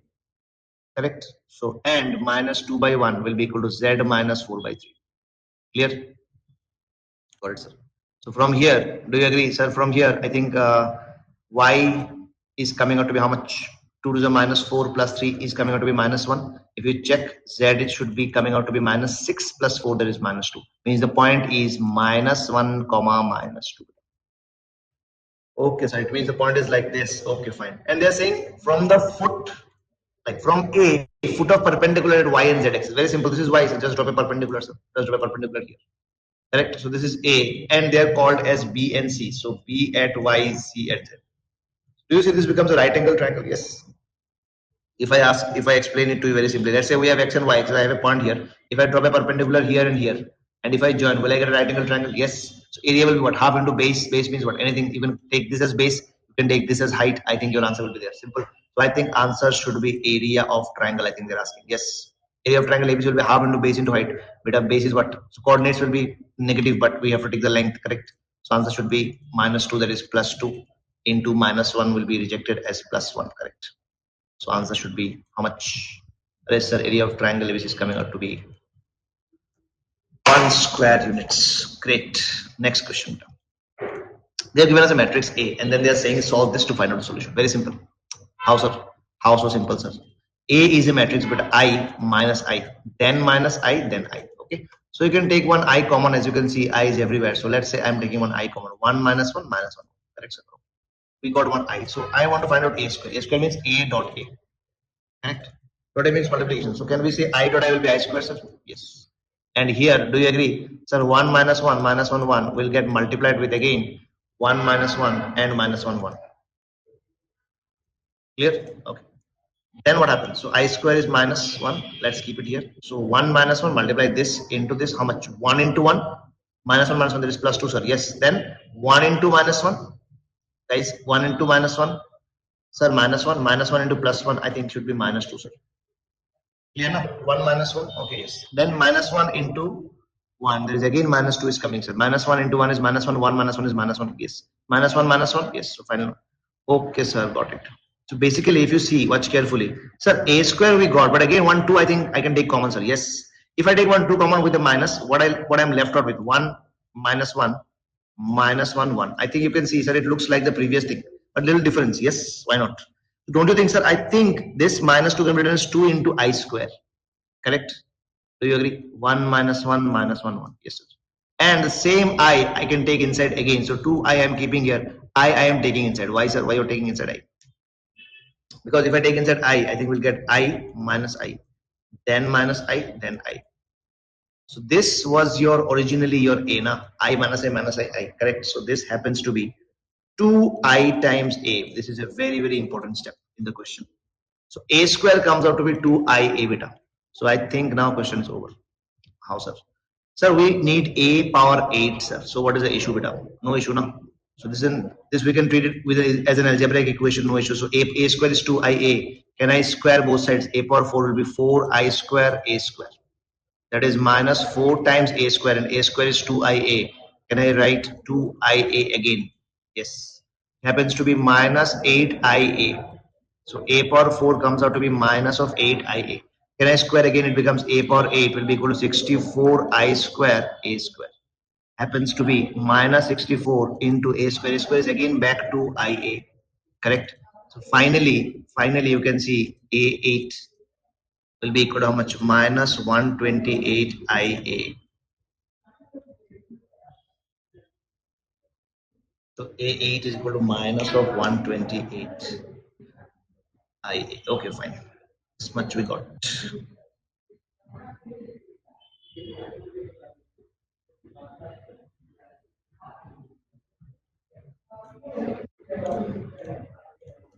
Okay, so A8 is minus 128 I. Fine. So now what's up? Now they're saying 120 this A8 times X and Y. That should be equal to, they're saying 8 and 64. Okay, fine. So very simply you can see, okay, sir. So what is that?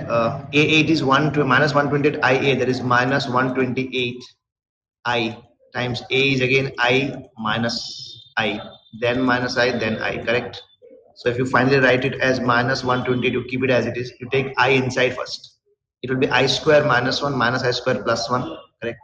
Again plus 1 minus 1. Correct, beta? So finally your A8 will be what? Again minus 120 you take inside. It will be plus 128 minus 128. Again minus 128. Again plus 128. Correct? Into X and Y is equal to 8 and 64. So now I think it is very simple for you, right? Sir, now what to do? Now very simple, just multiply. What will happen? Sir, this into this will give me the first element. Yes, because the Order is 2 cross 2. This is 2 cross 1. Correct. So answer should be 2 cross 1 now. Yes. So I think 128 times x, sir. Yes. Minus 128 times y is the first element. Another one says minus 128 times x plus 128 times y. Correct. That is equal to 8 and 64. Okay. So sir, now I think job is over. Why? Because we just got two equations by comparing the elements. Correct. So finally what we get? Finally we get 128x minus 128y is equal to 8. And here if I change the sign, I will get 128x minus 128y equal to minus of 64. So I think, sir, you can see, sir, why you have made the left hand sides equal? Because we can say very clearly that right hand sides are different, but left hand sides are same. Means what? At the same time, this equal to 8 and this equal to minus 64. How it is possible for same value of x and y? Hence, there should not be any solution that exists. Yes or no? Answer should be D. Okay, beta. Next question. Okay, sir. What is next, sir? Next is very lollipop kind of questions. Sir. Definite integral, very lollipop, sir. Minus pi by 2 to pi by 2, sir. Yes. Cos square x upon 1 plus 3 power x. As you know, guys, my dear children, you know it very well, sir. First thing that we check generally from minus a to a, whether it is even or odd, right? If it is even, we make it twice from 0 to pi by 2. If it is odd, sir, all problems are over because we directly write this as 0, correct? But I think you can check because of exponential function, it is neither even nor odd. Always remember, whenever you have neither even nor odd, always write this as 0 to pi by 2. Okay, fx plus f of minus x, because this neither even nor odd or even or whatever it is, it will come from this only. So from directly you can see, so I can written as 0 to pi by 2 fx means cos square x divided by 1 plus 3 power x plus again cos square x divided by 1 plus 3 to the power minus x. So I think you can see, sir, cos square x, if you take common, correct, I will get 1 plus 3 power x after taking LCM. Please do it. Okay, every step I won't be able to show it up. 0 to pi by 2. I hope you're getting. If I write this as 1 by 3 power x, 3 power x will be in the numerator. In the numerator, you'll have 1 plus 3 power x, and cos square x, if I take common, this much will be gone, correct? So, sir, these two parts is gone. 0 to pi by 2 cos square x. I hope you know. If you don't know, you learn it right now. Okay, sir is telling you. 0 to pi by 2 sin x, answer is always 1. 0 to pi by 2, the standard result that will help you. And this is true for sin x, cos x both, because you're applying kings, right? 0 to pi by 2 sin square x is how much? That is pi by 4. Okay. 0 to pi by 2 sine cube x, that is how much?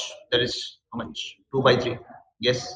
0 to pi by 2 sine power 4x, if you take out, that is 3 pi by 16. What are these four values you should learn? So directly I am using this as pi by 4. Okay. You can calculate this using submultiple. I hope you know. Cos square x, you will write half of 2 cos square x is half of 1 plus cos 2x. You separate them, separate the integrals, you get your answer finally. Okay, let's go. Next question is what, sir? Next one is consider rectangle. This. Okay. Rectangle is there, sir. Okay, fine, sir. Rectangle is there, fine. Very good, sir. They're saying 5, 7, 6, 9 points in the interior of the line segments AB. A, B, this. Okay. AB is here. C will be here. D will be here. They're saying AB then CD respectively. Means 5 for AB, CD 7. Okay, let's draw. So 1, 2, 3, 4, 5. Okay, points we have. 7. 7 means 1, 2, 3, 4, 5, 6, 7. Okay. Then 6 for BC. BC 6 points. 1, 2, 3, 4, 5, 6. And 9 points for DA. 1, 2, 3, 4, 5, 6, 7, 8, 9. Fine, sir. Then they're saying let alpha beta be the number of triangles having these points from different sides as vertices. Means they're saying alpha is the number of triangles that you can draw taking vertices from different sides. Means one vertex if you take from here, another vertex you cannot take from here. Okay, they have to be different. Means what? So the other vertex, if I take from here one vertex, can I take from here? Yes. But the third vertex you cannot take from any of these two sides. It has to be from here. So these kind of triangles. All such triangles. So one more triangles are one from here, one from here, one from here. All such triangles, if you calculate, your value is, they are saying, is alpha. Clear, beta? I hope all of you are clear with this. And what is beta? Beta is the number of quadrilaterals having these points from different sides as vertices. Means quadrilateral means any four sides. Means 4 vertices will be taken from 4 different sides. So 1, 2, 3, 4. Let's say something like this. Like this. How many quadrilaterals will be formed? Okay. Let's see. So now how to see. So beta, out of 4 sides, if I want to make triangles, I need 3 vertices. And each vertex is taken from a single side. So what? So let's say at a single time I cannot take all the 4 sides now, because I need 3 sides, because I need 3 points. So don't you think for alpha, sir, how many here? 5 here, 1, 2, 3. So if I take 5 once, then if I take 9 once, and if I take 7 once, are you getting? Basically, what I'm trying to tell you is, out of 5 points, I'll take 1 point, 5C1. Then out of 9 points, here 80, I'll take 1 point. Then from 7, I'll take 1. So this. Or, sir, 5, 5, 9, 7, or 5, 6, 7. So 5, 6, 7. I'm not writing C1, C1, C1 again and again. I hope you're getting, yes, sir. Or what I can do, sir? Sir, I think this part. So 5, 9, 7, 5, 9, 7, 5, 6, 7. Then what is left? 6, 7, 9, sir. Yes. 6, 7, 9. Or what is left? So 5, 5. See, along with 5, 9 and 7 is done. Along with 5, 6 and 7 is done. Along with 5. Okay. 5, 6, 5, 9, 7 we have done. 5, 6, 7 we have done. 6, 7, 9 we have done. 6, 5 and 9 we have not done. 6, 5. Correct. Yes. So these are the total number of triangles, beta. Very simple. Okay. So I think you can find out very simply. 5 into 9 into 7, sir. Yes. Plus 5 into 6 into 7, sir. Yes. Plus 6 into 7 into 9. Plus 6 into 5 into 9. That is your alpha. Okay. What will be beta, sir? Beta is very simple. Beta, for beta C, I have to take one vertex from each side. Means from 5 I will take 1, definitely 5C1. From 6 I will take 1 more. From 7 I'll take 1, and from 9 I'll take 1. Correct? So that will happen to be 5 into 6 into 9 into 7. So I think it's very simple, guys. So 9 7s are 63 into 30. How much it is? 9 is 63. 63 into 3 is how much? 3 is a 9. 1890 will come from here. Okay. And if you calculate this, how much you are getting? Let's check. So 9 5 is 45 into 7. Or let's say 9 7 is 63 into 5. Is it 325? No. Sorry, 315. No, sorry. 315. 63 into 5 is 315. Yes. Then what? 6 is 30. 30 into 7 should be 210. Correct? Yes. Plus, how much beta? Is it 7? 7 is 42 times 9 is how much? 42 times 9. 9 to 18. 1 and 4 is 36. 378. Okay. 378. Plus 6 5 is how much? 30. 30 into 9 is 270. I think. Yes. Please calculate this. And if you take the difference of beta and alpha, you will be getting D as your correct answer. Okay. Please match. Okay. Next question. The probability that two randomly selected subsets of the set this. They are saying probability that two randomly selected subsets of the set this. It means, so the moment you say randomly selected subsets from the set this, means immediately we should understand that's a number of subsets. Correct? There is basically power set of it. Correct? That will tell us number of subsets. There is always equal to 2 to the power. 2 to the power cardinal number of the set, that is 2 to the power 5, means that 32 sets will be here. Starting from 5, then singleton set, then 2, like this. Correct? Then with 2 element sets will come like this. It will end on the main set. These are all possible subsets of this set. Clear? How many are here? 32. Okay, fine. Now they are saying randomly you select 2 subsets from those 32 sets. Now this is very important. So total number of cases is very important, right? So from 32, first I will select. So basically when they select, they say na, you randomly select subsets. This is very important to understand. If I first go and select set 1, I will select 32C1. Correct? Are you getting? Okay, sir. And then, so basically the first 2 sets can be selected in this way, that I will go and pick one set first. Okay, because any one set I can pick. And then I can pick the same set again also. It's very important to understand in sets. Yes, because let's say I take 1, 2. I think they are saying something. Exactly 2 elements in their intersection. Okay. Let's say I take 1, 2 and there it is 1, 3. Correct. Then we have 1, 2, 3. Okay. So on the first round I pick this set 1, 2, 3. On the next round I can again pick the same set because it's a set as in behaving as an element. Okay. So total number of cases will be beta 32 square. That is 2 to the power 10. And then So sir, this is our total, but our favorable is different. What is they are saying? What is favorable? They are saying such that exactly two elements are in their intersection. Means this is my favorable case, where exactly two will be common between those two sets that I am picking. That is my favorable case. It means other elements should be uncommon. Means what, sir? Means let's say I pick two sets like this. Okay, in those 32C1 into 32C1, whatever I am picking, my favorable is they should have exactly two elements common. Correct? And other elements may be common or may not be, or maybe there is no other element left. Clear? So one thing I will say now, sir, I feel that basically, so what I personally feel is first, which two elements will be common? Did they tell you that only 1 and 2 will be common? No, they did not tell us which two elements will be common. It means that any two elements can be common. It means first, whenever I select these two sets, correct, from those 32 square, that is 2 power 10 sets, those two sets which are my favorable case, then I want to give them something. What is that something? Sir, two elements should be common to them, both of them. Okay.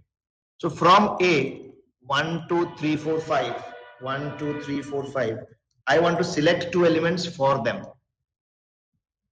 Select two elements for them means, just one second. So select two elements means from here, because any two can go there. Let's say I give them 2, 3, 2, 3. Correct? Or I give them 1, 2, 1, 2, and remaining will not be common. It means that I have to select now. It means from 5 I have to select which two to give to them, which will be common. Because every time these two selected elements can be different. Okay, so got it. So 5C2. But what about others? Now let's say I gave 1 and 2, or let's say I give 2 and 3 to them, both of them. Okay, let me write 2 and 3. So the other elements can be like other elements. Let's say I gave 2, 3, 2, 3. So now I have what? I have 1, 4, and 5 left. Correct? I cannot give anything. Like if I give 1 to him, I cannot give 1 to them. Like the other one. If I give 1 and 4 to him, I cannot give 1 and 4 to him.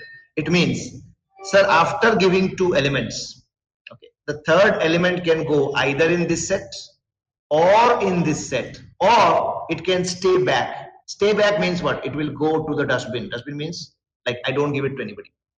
Similarly, the next element can either go to this set or go to this set or can go to the dustbin. Similarly, 5 can either go to this or to this or to the dustbin. It means what? So for the remaining three elements, it is 3 ways for each. That is 3 cube is my total.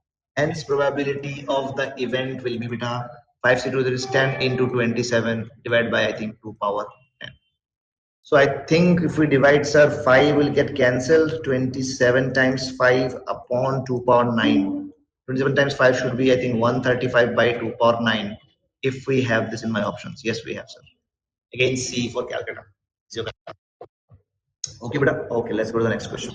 Then the next question is the value of the limit this.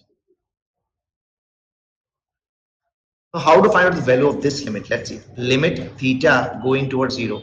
Tan of pi times cos square theta. Okay, fine. Divide by sine of 2 pi times sine square theta. Okay. So now for your knowledge, I would like to tell you something.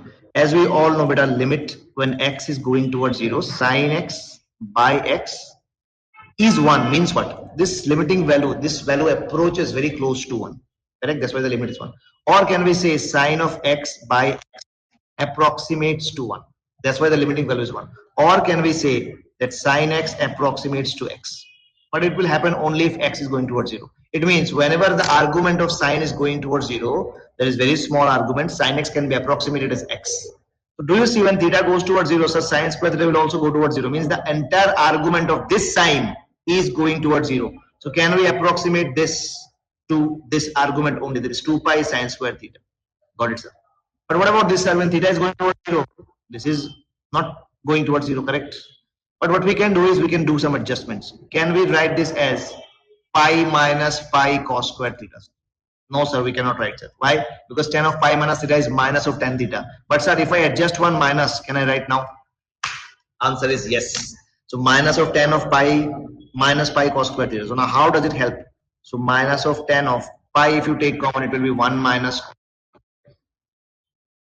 divided by 2 pi sine square theta. So minus of, sir, I think minus of 10 of pi, 1 minus cos square theta is sine square theta, divided by 2 pi sine square theta. Guys, limit I am not writing. I hope you are getting limit. Now I am writing theta into 0. So beta, now sir, I think sir, same approximation we can use here also, because 10x by x is also 1 as x tends towards 0, correct? So can we say 10x can be approximated to x? Yes. So do you see that? But for this x has to go towards 0. So do you see where as theta tends towards 0, sine square theta also goes towards 0. And this 10 of x will be approximated to x only. And I think you saw the question is over. Sine square theta by 2 pi with a minus, beta 1 minus is there. I think you can see. So now answer will be what? Sir, I think answer is minus half. Here, yes. Got it, beta? Great. Let's move ahead, sir. Okay, next question. They say if I have a function fx equal to root x, okay, very lollipop function, sir, and gx equal to root 1 minus x beta, again very lollipop, then what is the common domain of these functions? Like they are saying if we have two functions, then find out the common domain for all these functions. F plus g of x, this is a simple way to denote fx plus gx. Don't think it is something else. It's a simple way of denoting. F minus g means fx minus gx. Okay. Sir, what is f by g? F by g, obviously, I hope you're getting. So fx by gx.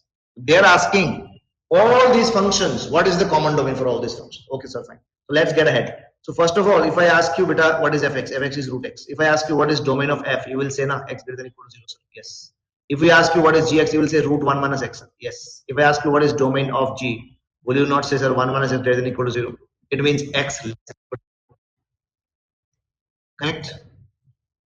It means, sir, fx plus gx if we are doing, so domain of f intersection domain of g, sir.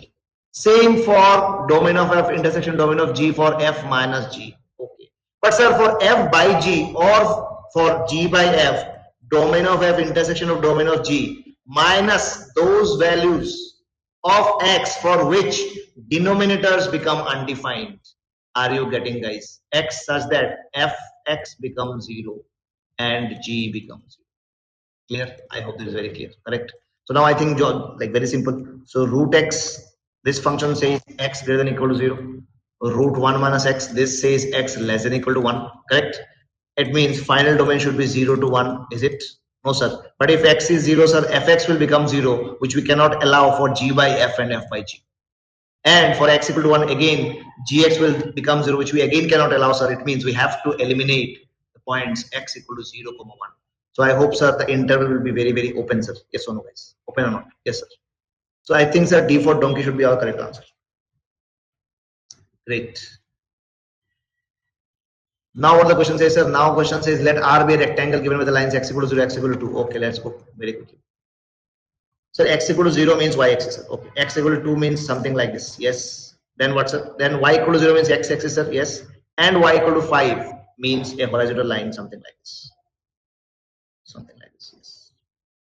Hence, obviously, this point will be what? 2, 5, sir. Yes. Clear? Yes. Now they're saying, sir, a line segment AB where A is alpha comma 0 somewhere here. Okay, beta? Yes. And B is 0 comma how much? Beta. Okay. But they're saying alpha lies between 0 to 2 means it will not cross this interval of x. This much length it will not cross. And beta will also not cross this because beta belongs to 0 to 5.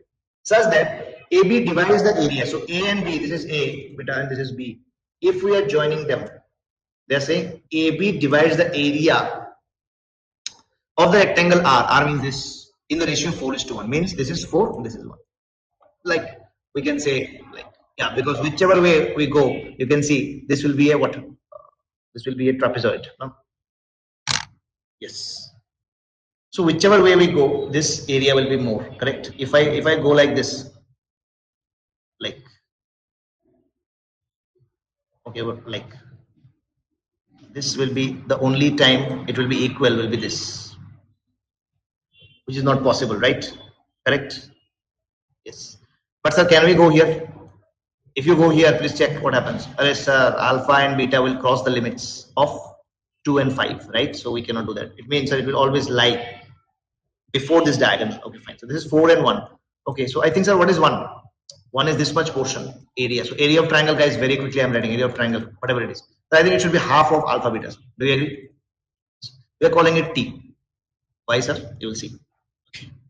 So area of this region, let's call this something, but I think O, P, Q, R. This point is B, now this is A. So, okay, this is A. So I think area of, if I ask you A, P, Q, R, B, this whole region will be how much? So I think it will be rectangle minus the triangle. What is rectangle, beta? Area of rectangle should be, I think, sir, 5 into 2, because length is 5, breadth is 2, minus the triangle. Triangle's area is T. So can we call it like this? But I think it is 10 minus T. Now do you agree with me? Yes. According to the question, area of A, P, Q, R, B divided by area of triangle is 4 is to 1. Obviously, by common sense, this area will be always more, right? Because this diagonal cannot cross. I hope you're getting. So, sir, I think it is very simple now. Yes or no? 10 minus T upon T, sir, is equal to 4. Because they're asking for what? They're asking for midpoint of AB lies on. Okay, fine. We'll come to this. Okay, before that, 10 minus T by T, what we can get from here? So 10 by T minus 1 is equal to 4, correct? Guys, little bit lag is there. I hope you are with me. Sir, I think 10 by T is equal to 5. This much data we got, sir. Or you can say, sir, T will be equal to 2. Correct? Okay, sir. Now let's see what they're saying. They're saying midpoint of AB lies on what? It means locus, they're asking for midpoint of AB. If this is alpha, this is beta, don't you think this should be alpha by 2 comma beta by 2? It means, sir, locus of midpoint is alpha by 2 beta by 2. Do you agree? So now, so this is h comma k, if you want to call it that way. So h is equal to alpha by 2, k is equal to beta by 2. Clear, beta? So I think you can see alpha is 2h and beta is 2k. Got it? So in that case, what is t? T is your half of alpha beta, that is equal to 2. So alpha beta is coming out to be 4. Do you all agree or not? Sir, if alpha beta is 4, I don't want alpha beta, sir. I want what? I want h and k, because locus of midpoint. So alpha beta, what is alpha? 2h and 2k. Can we put it there? Sir, 2h into 2k, sir, equal to 4. I think you can see h comma k is coming out to be 1. Clear or not clear? So h comma k coming out to be 1 means what? If we change it into x and y, this is a rectangular hyperbola, sir, whose asymptotes are the x and y axis. Clear? So in that case, do you agree? So answer should be what? Hyperbola, sir. Very simple kind of question, guys. Nothing is there in this question. Okay, next. Another indefinite integral question. Let's see. They're saying integral x by e whole to x plus e by x whole raised to the power 2x. Bracket. Then they are saying log of x base e into dx is whatever they have written. We will see it later, but let's focus here, sir. Okay, before we go there, I want you to see, sir. I think these two look like reciprocals of each other, correct? X by e to the power x, if I take as t, what will happen? So I think if we apply log first, so x ln x by e will be equal to ln t, correct? So I think x times ln x minus 1, correct? Yes, I got it. Equal to ln t, sir. Now we will take the derivative. Why, sir? We'll see. So x ln x minus x equal to ln t. Now if you take derivative, what is left? Please check. Sir, x ln x, if you guys remember, x ln x is always 1 plus ln x minus 1 equal to 1 by t dt. Obviously dx will be here. So do you see? So okay, now I understood why this log x is given, sir. So ln x dx will be 1 by t dt. Easy? Just 1 second, guys. I hope you are getting right. Yes, sir. So, sir, ln x dx is 1 by t. So, ln x dx becomes 1 by t, and x by e to the power x is t. So, this becomes t square plus 1 by t square. Why? Because it is reciprocal, right? And, sir, ln x dx is coming out to be 1 by t dt, sir. Correct? Don't you think this is a lollipop integration now, guys? Sir, yes, sir. Because if I multiply, we get t plus 1 by t square into t is t cube. Correct? Very simple. So, sir, I think this will be what? This will be t square by 2, correct? Plus, if I integrate t power minus 3, it will become minus of 1 by how much? 2t square plus constant of integration c. Easy? Now what? What is t, sir? What is t square? So half we are keeping here. You can see on the right hand side they are saying x by e to the power beta x. So what was your t if you remember? So t was this. So t square will be x by e to the power 2x. I hope immediately you should get minus 1 by 2. This will be e by x to the power 2x plus c. So I think you can see very lollipop kind of thing, what to say. Sir, alpha should be 2, sir. Yes or no? Alpha is 2. 1 by alpha. If you can compare. And coefficient of x is beta here, coefficient of x is 2 here. Correct? Again, we have a minus. So gamma will be plus 2, not minus 2, because minus we have already here. And delta is 2. It means that everything is 2. Alpha, beta, gamma, delta, everything is 2. So do you see 2 plus 2 into 2 plus 3 into 2 minus 4 into 2. That should be my expression that they are giving. Correct, beta? So I think 2 plus 4 plus 6 minus 8. So 6 plus 4 is 10. 10 minus 8 is 2. 2 plus 2 is 4. I think your answer should be 4, sir. Yes, sir. Very simple question. Great. Next question. So, sir, next question is from matrices, sir. Okay, what to do, sir? 1 by, it looks so crazy. Factorial, factorial. Oh my God, what to do, sir? Okay, wait. Let's see. This is the matrix even first. Then what they're asking? Oh. They're asking determinant of adjoint of A. That is very simple, guys. I hope you know. Determinant of adjoint of A is always, sir, mod A to the power n minus 1.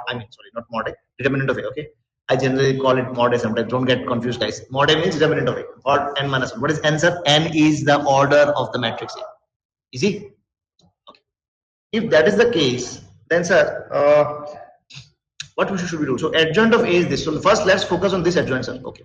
So determinant of adjoint of 2A.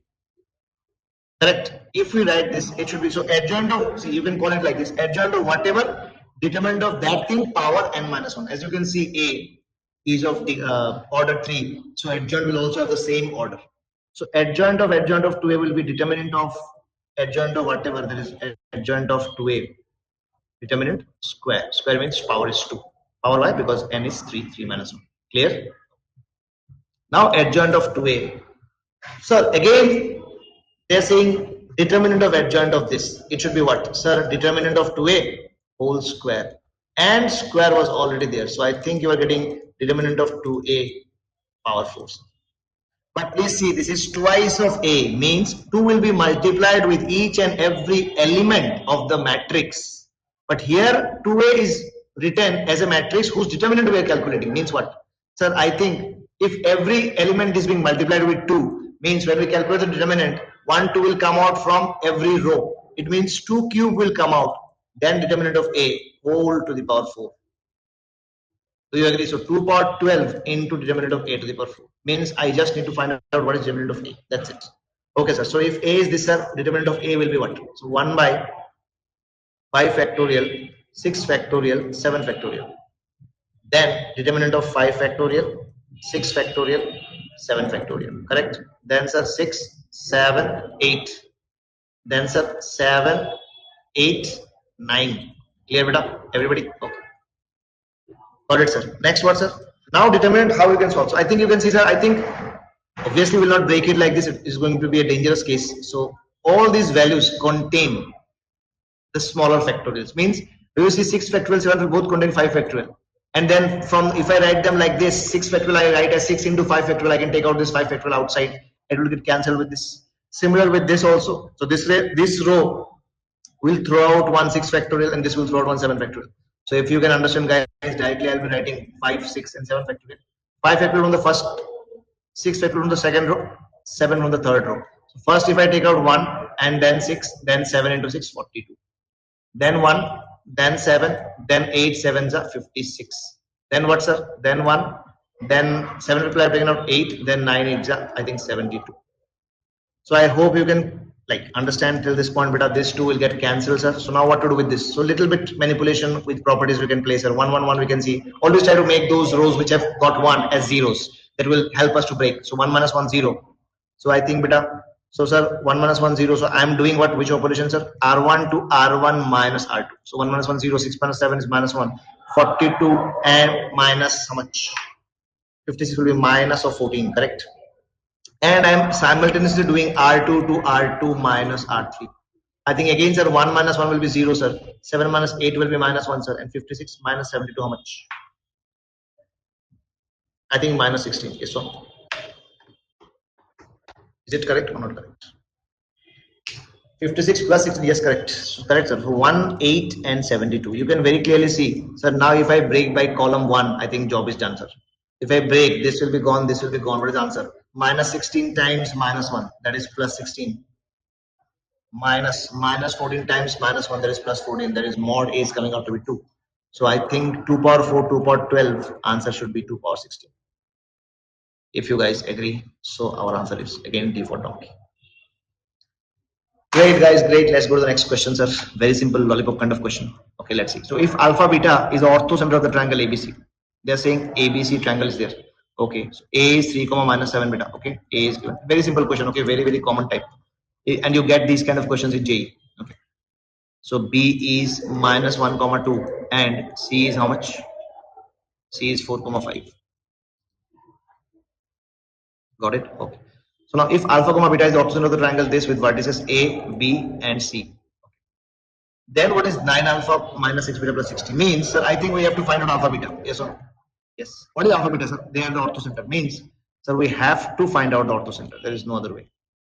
Another longer way could be you find out the centroid, you find out the circumcenter, and then you find out the orthocenter using 2:1 ratio thing. But that will take a lot of time. Okay, then let's not go there.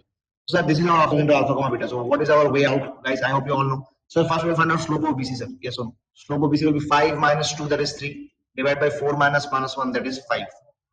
Correct? Beta 5 minus 2, 3 by 4 minus 1, yes, correct. 3 by 5. Do you all agree with me? Yes, sir. So if I call this D, sir, slope of BC once I get slope of AD is very simple, minus of 5 by 3. Clear? Yes. Then if I ask you, so next what, if I call this as E, this is BE. So then the next job is to find out slope of AC. So slope of AC will be what? Anything you can do. Minus 7 minus 5 is minus 12. Divided by 3 minus 4 is minus 1. There is plus 12, sir. So slope of BE will be minus of 1 by 12, sir. Got it? So I think now we are ready to find out equation of AD, sir. Because slope we know, beta, point we have, which points are A, hence slope point form. So y minus y1, that is y plus 7, into slope of AD is minus of 5 by 3 into x minus 3. Clear? So I think from here you will get 3y plus 7 is a 21 is equal to minus 5x plus 15, correct? So finally we'll get 5x plus 3y beta. 5x plus 3y plus how much? 6 is equal to 0. 5x plus 3y plus 6 equal to 0. Got it, sir? This is the equation of AD. So very simple. Now we need to find out what's our B, sir. So equation of B I am writing beta. So y minus y1, that is y minus 2 equal to m. Equation of B is minus of 1 by 12 into x plus 1. Easy. So 12y minus 24 minus x minus 1. So very simply you can see x plus 12y. If you bring this x on the left hand side, minus 23 equal to 0. I think now our job is very simple. Yes or no? So I think, sir, x, whatever you want, you can do it. You can take your x from here, sir. X will come out to be 23 minus 12y. Correct? You put x here. So 5 times 23 minus 12y plus 3y plus 6 equal to 0. Clear? 23 should be, I think, 115 minus 60y plus how much? 3y beta. Yes, plus 6 sir, equal to 0. So I think we are getting how much? Minus, yes. This is minus 57y. If I take it to right hand side, beta, minus 57y becomes 57y. 115 plus 6 is 121. Okay. So y is coming out to be what? Y is coming out to be 121 by 57. Okay. 19, right? 95 to 95. Did we commit any mistakes? 3 minus 7 minus 1, comma 2. C is 4,5. Okay, let's check. Let's keep it here. So y is, so x comes out to be 23 minus 12 times 121 by 57. So 3 19s are 3 4s are. So 19 times 23.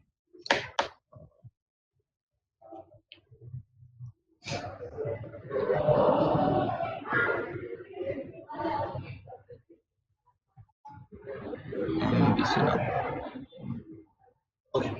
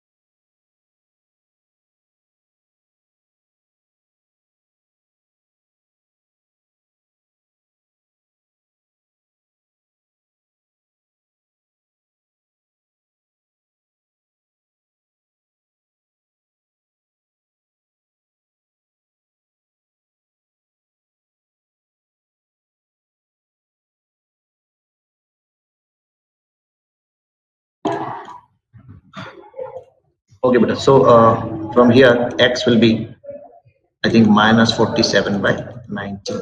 Okay. So finally, our value becomes how much? If you calculate, what you get? If you check by putting 9 times alpha, alpha means x beta, minus 47 by 19, minus 6 times beta, beta means y, that is 121 by 57 plus 60. Okay, if you calculate this, you'll get the answer as 25.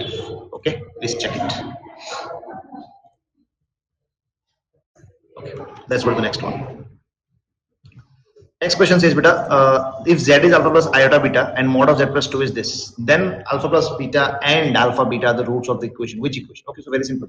So alpha plus beta is mod of z plus 2, correct? You can see very clearly the left hand side is always purely real number and right hand side contains imaginary part also. Means imaginary part should become 0. But after putting z as alpha plus iota. So I think using that condition directly we'll understand, sir. I think we'll be getting either alpha or beta something. Let's see. 4 into 1 becomes 4 plus 4 iota. So I think, sir, alpha plus 4 is the real part, which will not be 0. But plus iota beta plus 4 will definitely be 0. Do you all agree with me? Why, sir? Because left hand side is purely real now. This has to be 0. So from here directly we get beta as minus 4. Once we get beta as minus 4, we'll be using it. So now what is left? So this part has become 0. So this part is left only.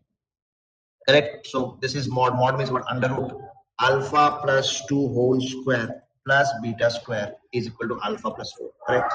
If we square both sides, do we get alpha plus 2 whole square plus beta square is equal to alpha plus 4 whole square? But sir, beta is minus 4. So in place of beta, we can definitely put its value, right?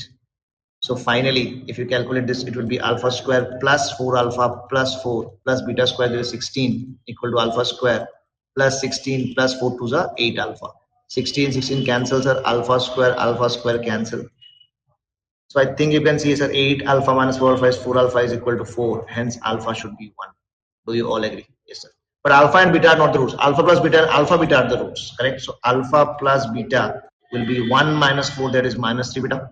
And alpha beta will be minus 4 because 1 into minus 4. These are the roots. So I hope you know, as you got the roots, immediately you can write x square minus sum of the roots into x plus product equal to 0. So sum of the roots means alpha plus beta is not the sum. This is one root, this is another root. So sum will be sum of these two, that is minus 3, minus 4, minus 7. So x square minus 7 into x, that is plus 7 times x plus product. Product will be again this into this, that is plus 12 equal to 0. I think answer should be again C for Calcutta. Great.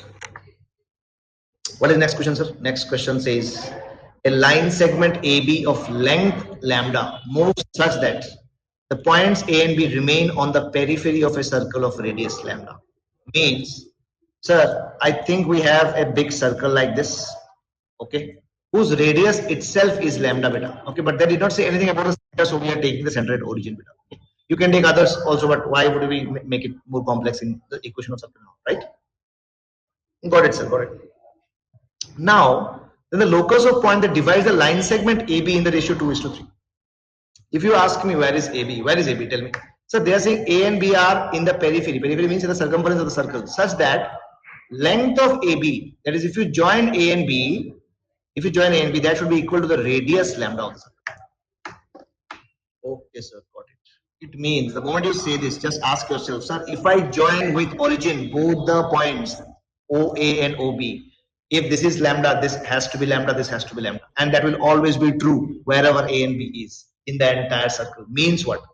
Sir, irrespective of the position of A and B, with origin OAB will always be an equilateral triangle. Hence, this angle will be 60 degrees. Do you all agree with me? Yes. So first thing is, you can take this much angle as theta and this is 60 for sure. So this total angle with OA will be what? OB is theta, so OA will have 60 plus theta. So coordinates of B you can take as what? So I think we can take radius is lambda, angle is theta, so lambda cos theta, lambda sin theta. And this whole angle is theta plus 60, so we'll take this as lambda cos of 60 plus theta, comma lambda sine of 60 plus theta. Correct. Then we can find out the coordinates of the point which is dividing it in the ratio 2:3. Understood? Then we have to eliminate what? So obviously, sir, we have to eliminate theta in the equation of circle. But I will not do this because it will take little more time. Why, sir? Then what you are going to do, sir? What I'm telling you is, if you watch carefully, beta, sir, you ask yourself, sir, we have a circle, right? We have a circle of, it's not a circle, yeah. It's not looking like a circle. We have a circle whose, okay, whatever it is. We have a circle whose radius is known to us as lambda, right? But sir, wherever the point is, wherever A and B is, it will always be satisfied that if I join origin with A and B, the triangle will always be equilateral, right? So then why should we make it complex by taking theta and 60 plus theta? Because wherever it is true now. So always remember, in terms of these kind of questions where like the situation is independent of the positions of A and B, always take very comfortable positions.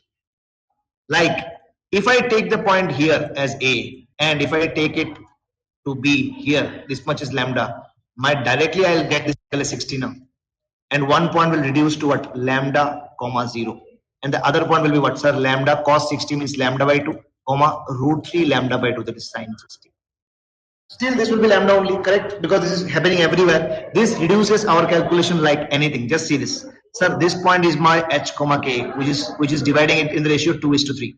It means, do you agree, sir? H will be what? How much? 2 into lambda on this side. Section formula beta. Okay. How much? So 3 into lambda by 2, sir. Yes. Divided by 2 plus 3, that is 5. And sir, if I talk about k, what will be k? 2 into 0, sir. Plus 3 times root 3 lambda by 2. Again, divide by 2 plus 3, that is 5. Do you all agree with me? What we are looking for, guys, please check. They are saying the locus of the point that divides is a circle. They have told you earlier that it will be a circle. But what is the radius? But without finding the locus, how will we comment on the radius? It means we have to find out locus of what? H and k. Means other variables, if it is there, should get eliminated. But here lambda is not the variable, lambda is a constant. If we had theta earlier, it would have been a variable, we would have eliminated this. But now they are saying it is a circle, correct? Okay, sir. So they are saying the locus will be a circle. So I am adding both of them by squaring because I know it will be a circle. So h square plus k square comes out to be what? If you watch carefully, I think it is 2 to the 4 plus 3, that is 7 lambda by how much? 2. Correct? And 5, okay, let me take this 5 on this side, guys. Okay. So if you square and add, do you get 25 here? Yes, sir. And here do you get, I think, 49 lambda square by 4, correct? Correct? Are you getting now? I am squaring and adding. So this is 25 h square plus 25 k square. So 49 lambda square by 4 plus 3 root 3 lambda by 2 whole square. So 3 root 3 whole square will be how much?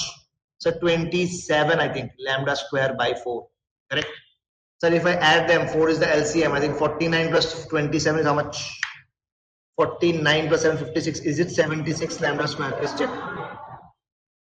Correct. So finally we get 25 h square plus k square. Any problem?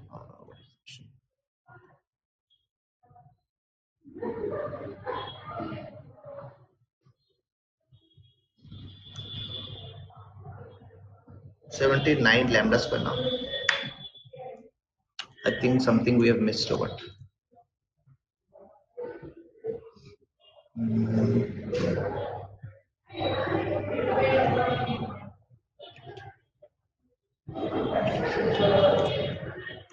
It's 25 h square plus k square, no? Is it coming out to be by 2?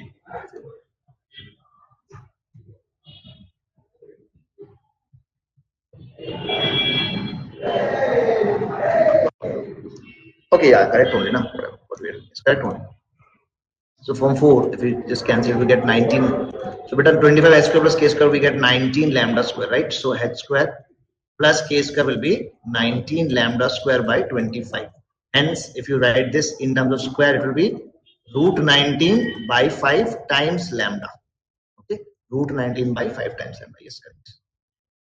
So we get this as yes. So I hope you got it, guys. So this is going to like create a very what to say, reduce your number of steps like anything. Okay. Okay, next question says, let mu be the mean. Let mu be the mean and sigma be the standard deviation of the distribution. Okay. So now this is very simple. Sigma Fi is given to be 62. What is Fi? Fi means all the frequencies. Sigma means just add them, sir.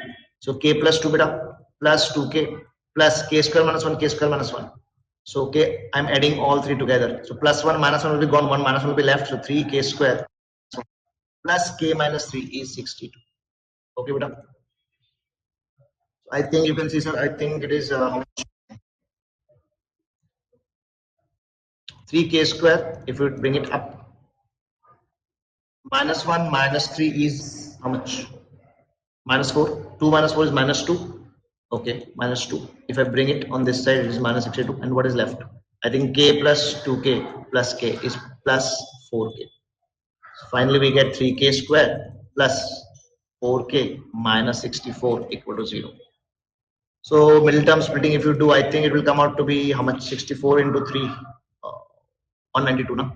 16 and 12 will come. 16k minus 12k minus 64 equal to 0.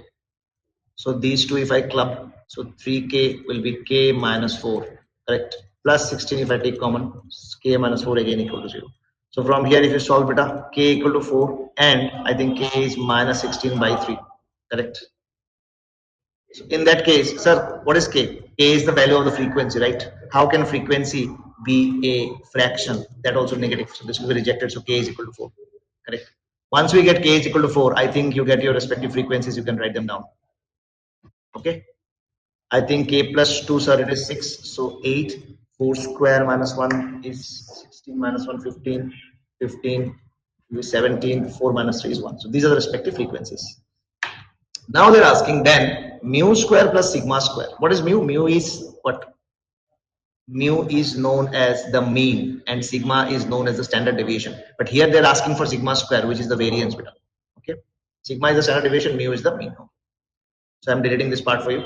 So finally, what we need to find out, sir? Okay. It means that basically I have to go to sigma square and mu square. So if you remember, sigma square was what? Sigma Fi xi whole square by sigma Fi. Okay. Minus. So sigma Fi xi whole square by. Okay. Then minus how much? Sigma Fi xi by sigma Fi whole square. That is mu square. Correct. So, but sir, what is mu? So now I think you can see, sir, first we have to find out what is mu. Sigma Fi xi by sigma Fi. Sigma Fi is given to be 62. Right? You can use sigma Fi xi means corresponding Fi along with xi, you just multiply, then you add beta. Okay. So first part will give me what? 6 into 0 gone. So 8 into 1 is 8. Then 15 2 is how much? 30. Then what? Sir, 15 2 is 30. Then 15 3 is 45. Plus 17 4 is 68. Plus 5. Okay, so that is your like mu, correct? So mu square is that. So if you add how much you are getting, let's see, 45 plus 5 is 50, plus 30 is 80, 80 plus 68 is 148, plus 8 should be 156 by 62. That is your mu square beta. Okay, sir. It means sigma square plus mu square greatest integer we are looking for, sir. If I transform it to left hand side, I think we are left out with sigma square plus mu square will be equal to sigma Fi into xi square by sigma Fi. Again, sigma Fi is 62. Fi into xi square means now I just need to multiply my frequencies. That is Fi into xi square. So obviously 0 will not contribute, but it will start from 1. So 1 square is 1 into 8 plus 15 into 4. Guys are getting 15 into 4, then again 15 into 9. Okay, so we can write 4 plus 9 together. Clear? Plus 17 into 16, I think, right? 17 into 16. Yes, please. Okay, again I'm writing here, guys. Again I'm writing. So that is equal to how much? So sigma Fi is 62, right? Fi into xi square, again I'm writing Fi is 6 into 0, 8 into 1, that is 8, plus 15 into 4, plus 15 into 9, that is I think 15 into 13, correct? 4 plus 9, yes. Plus 17 into 4 square is 16, plus 1 into 5 square, that is 25. So now let's add them first. 15 times 13 is how much? 150. 150, 15 3 is 45, I think 195. 17 times 16, 16 is 256 plus 50 plus 16 will be how much? I think it is 272. Yes, plus 25, sir. Yes, sir. Okay, plus 8, sir. Okay, let's see. 5, 5, 10 and 10, that is 20, 0, 2 carry forward. So 9 plus 2 is 11 plus 7, 18 plus 2 is 20. 2 plus 1, 3 plus 2, 500. So it is giving us 500 by 62. So, sir, what is that? I think it is how much? 6, 8, so 48, right? So 8 point something. Yes. So definitely greatest integer will be what beta? So this value is how much? This value is 8 point something. So we are looking for the greatest integer of that. So answer should be 8. Okay, let's go to the next one. Next question says what? Next question says if the solution curve f of xy is equal to 0. Okay. 1 plus log x into dx by dy minus x log x is equal to e power y. Okay. Where x is greater than 0 passes through the points 1, 0 and alpha, 2. Then what is alpha power alpha? Okay.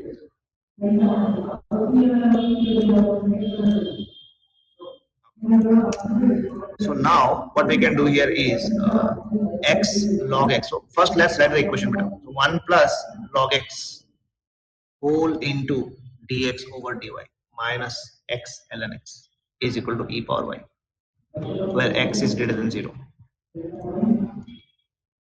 Okay. Okay. So now what we can say? So x ln x, if we take as t, what happens? We get, because I saw this 1 plus log x here, so we thought, okay, let's take x ln x is equal to t. So 1 plus log x. Correct. 1 plus log x dx will be equal to dt, right?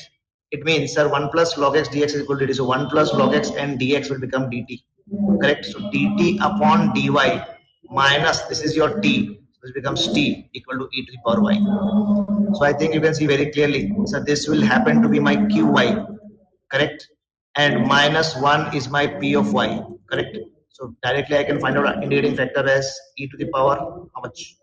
Py dy, that is e to the power minus y is your integrating factor. Clear? So finally you will write what? You will write as t into e power minus y equal to integral e power y into e power minus y. So t times e power minus y is equal to, I think, how much? 1. That is y plus c. If you multiply with e power y beta, it happens to be t into t equal to e power y into y plus c into e to the power y. I hope this much is very, very clear. Correct? Okay. If that happens, now they are saying it passes through the point this 1, 0 and alpha, 2. So 1, 0 means what? Sir, I think, but sir, I think here the function was of x and y. So we have to write it in terms of x and y. So t has to be written in the form of x. What was your t beta if you remember? X ln x. So this is your x ln x. Now if you put x equal to 1, y should be 0. So if I put x equal to 1, left hand side is 0. So y is 0. So this is 0 plus c. So I think c is coming out to be 0. So if c is coming out to be 0, very lollipop kind of question. Okay, so this is my final expression. Yes, x ln x equal to e power y times y. What they're asking if x is alpha, y should be 2. If x is alpha, so alpha ln alpha is equal to twice of e to the power 2 because y is 2. So I think you can see very clearly. So ln alpha to the power alpha equal to twice e square. So what? Now what to say? So what we want? We want alpha to the power alpha. So this is e now. So alpha to the power alpha will be equal to e to the power twice of e square. So I think e to the power twice of e square is your c. I hope it's going well, right? I hope you're getting everything right.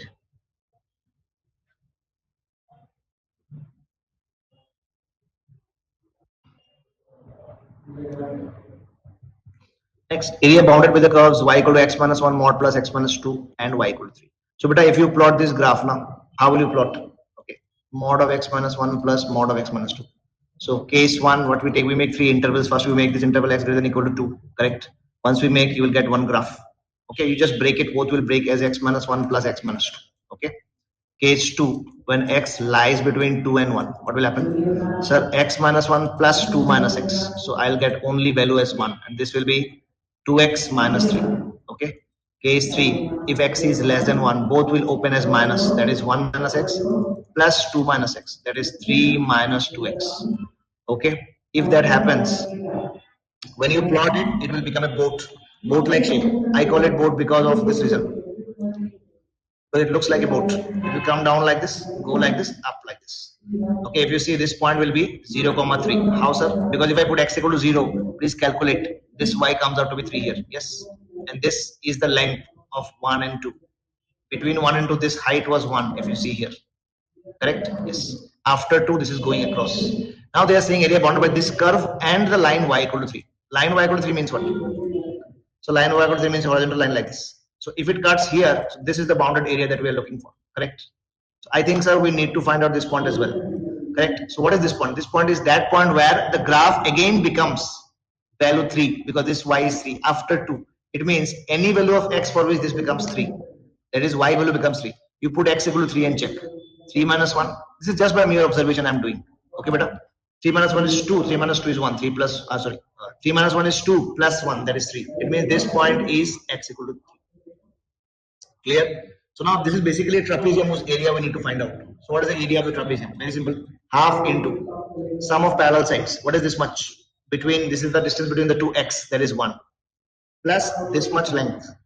What is this? This is x equal to 3, this is x equal to 0. So this much length is 3. That's why we found out. Into distance between the sides. Distance between the sides means, sir, this length, this perpendicular. So this height is y equal to 1, this height is y equal to 3. Means this much should be 2. Do you all agree? So I think your answer should be 4 square units. Okay, beta. So this C again is your Calcutta. Okay. So what is the next question, sir? So the next question says one vertex of a rectangular parallel pipe is at origin, and the lengths of its edges along x, y, and z axis are 3, 4, and 5 units respectively. Okay. So let P be the vertex this, then the shortest distance between the diagonal OP and an edge parallel to Z axis not passing through O or P is.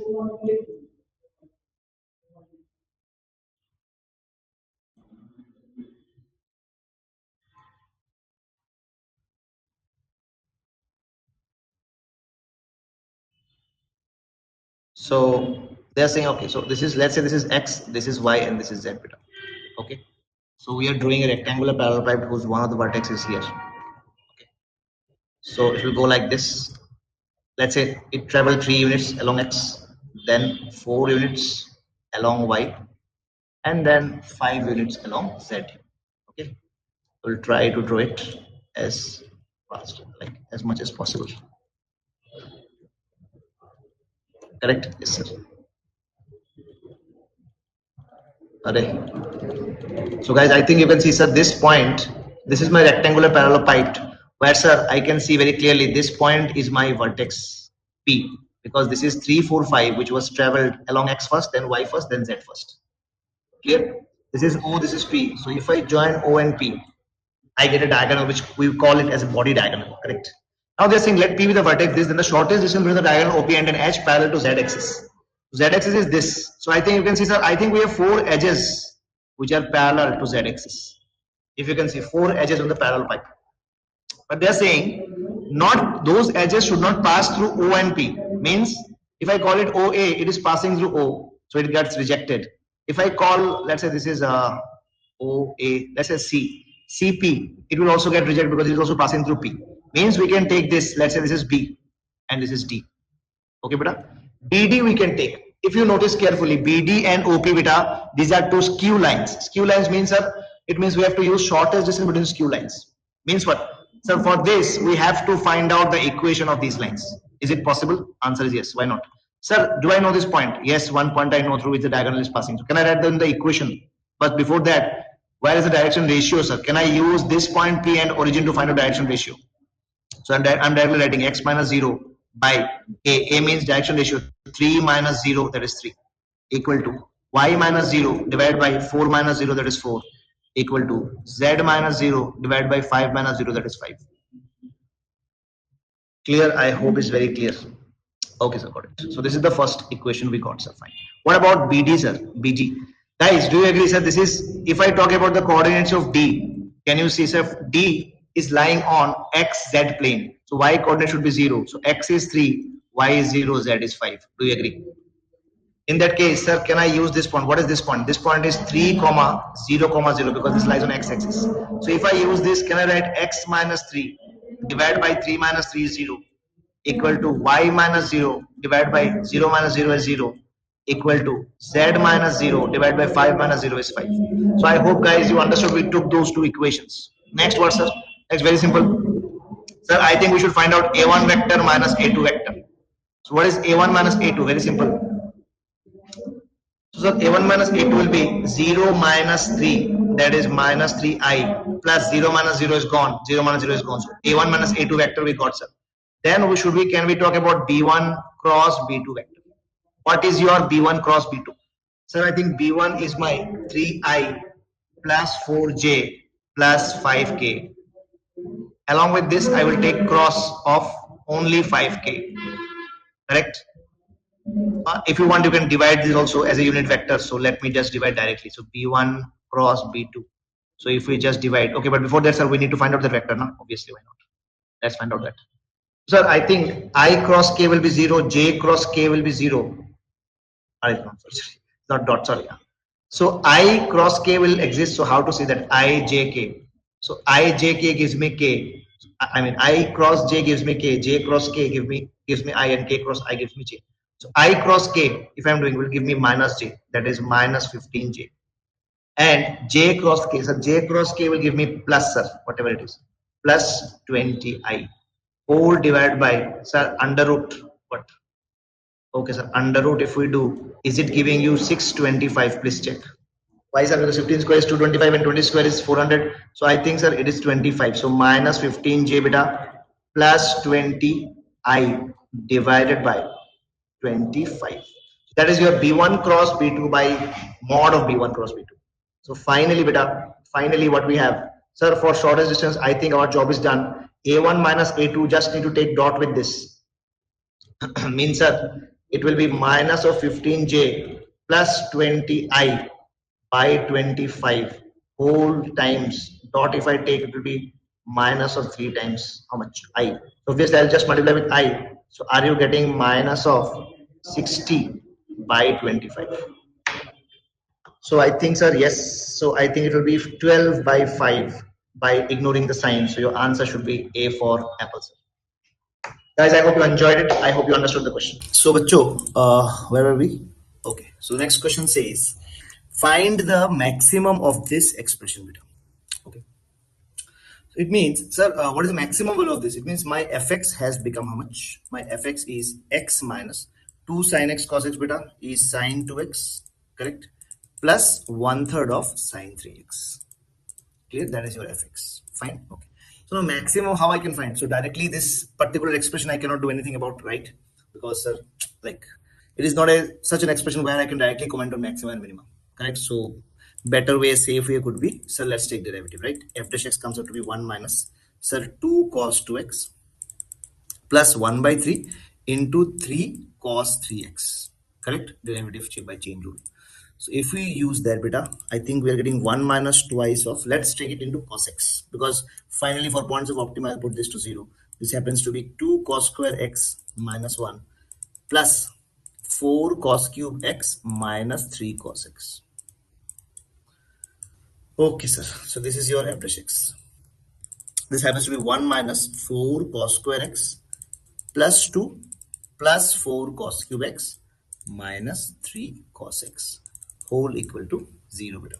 So now what do we see from here? 1 plus 2 will be 3 minus 3 cos x. So if I take 3 common, 1 minus cos x will be there. Correct? And minus 4 cos square x plus 4 cos cube x will be minus 4 cos square x if I take common, sir. I think how much? Yes, 1 minus cos x is again coming, sir. Finally, yes. So for now, I want you guys to take cos x as t just for simplicity. So it happens to be like 1 minus t minus 4 t square into 1 minus t equal to 0. So we get 1 minus t into how much beta?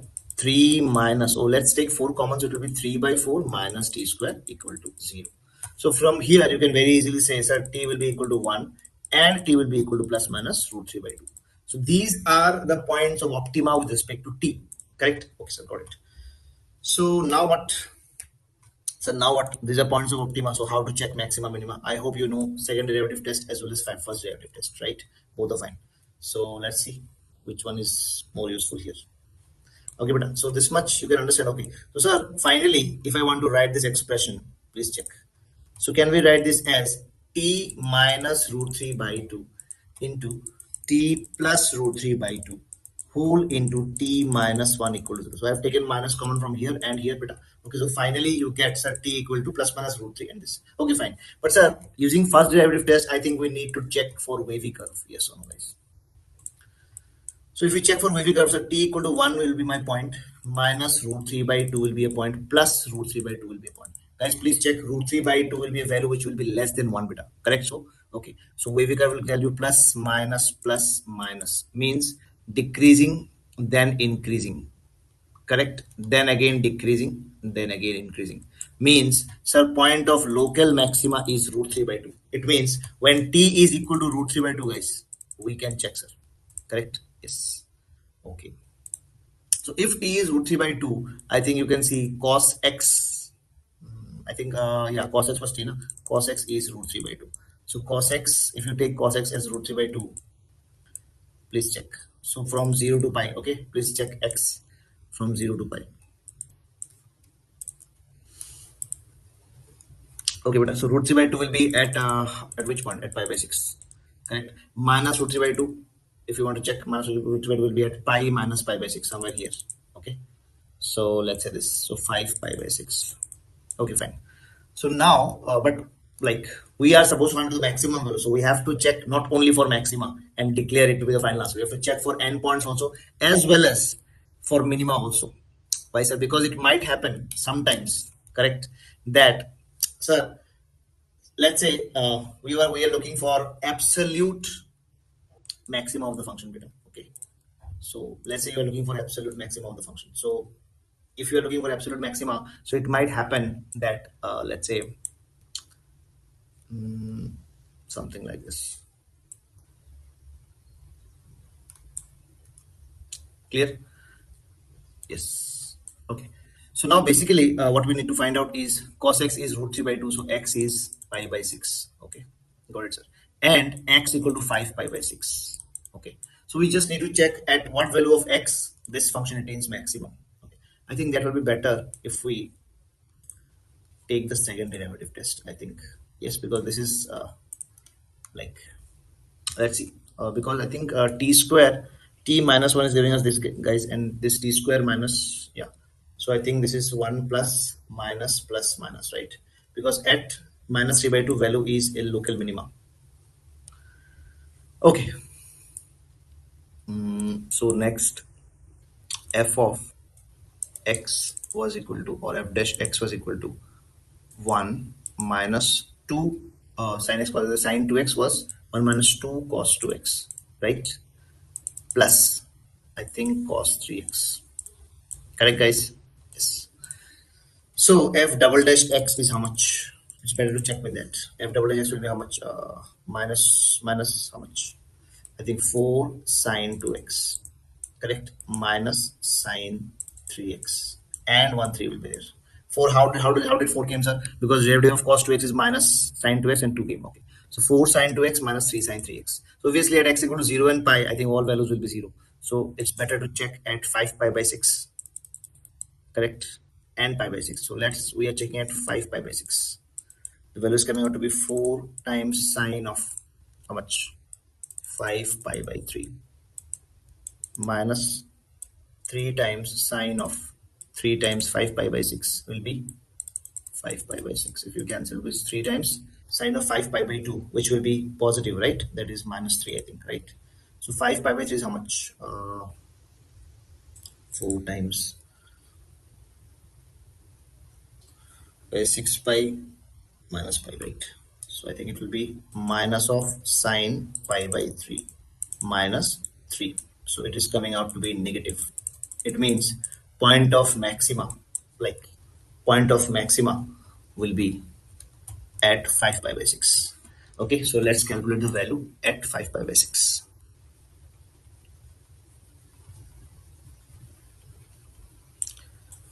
Okay, beta.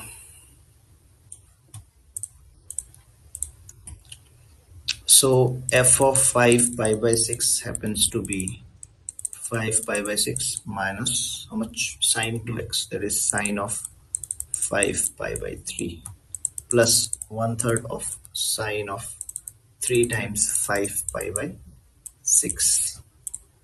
So 3 2s are, so this becomes 1, and 5 pi by 6 we have minus sine 5 pi by 3 will be how much? So I think it will be sine of 6 pi minus pi by 3. That is how much? Sine of 2 pi minus pi by 3. That is minus of sine pi by 3. So minus minus plus sine pi by 3 is plus root 3 by 2 plus 1/3 into sine of 5 pi by 2, which will be 1.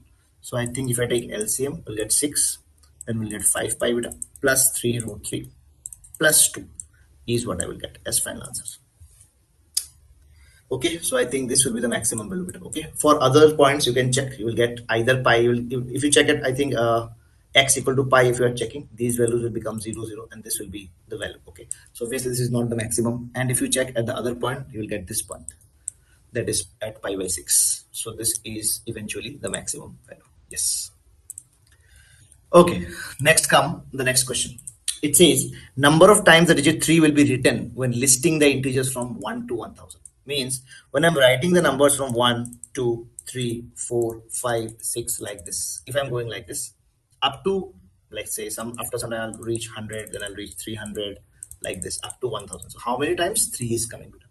Okay, so we categorize this into 3 parts. Case 1, when 3 comes in the unit place, let's say. When 3 comes in the unit place. Okay, so when 3 comes in unit place means that everything else can come. Even 3 can come also here, no issues. But when I'm specifically counting when 3 is coming in the unit place. So if you see, with the first time it will come when 003.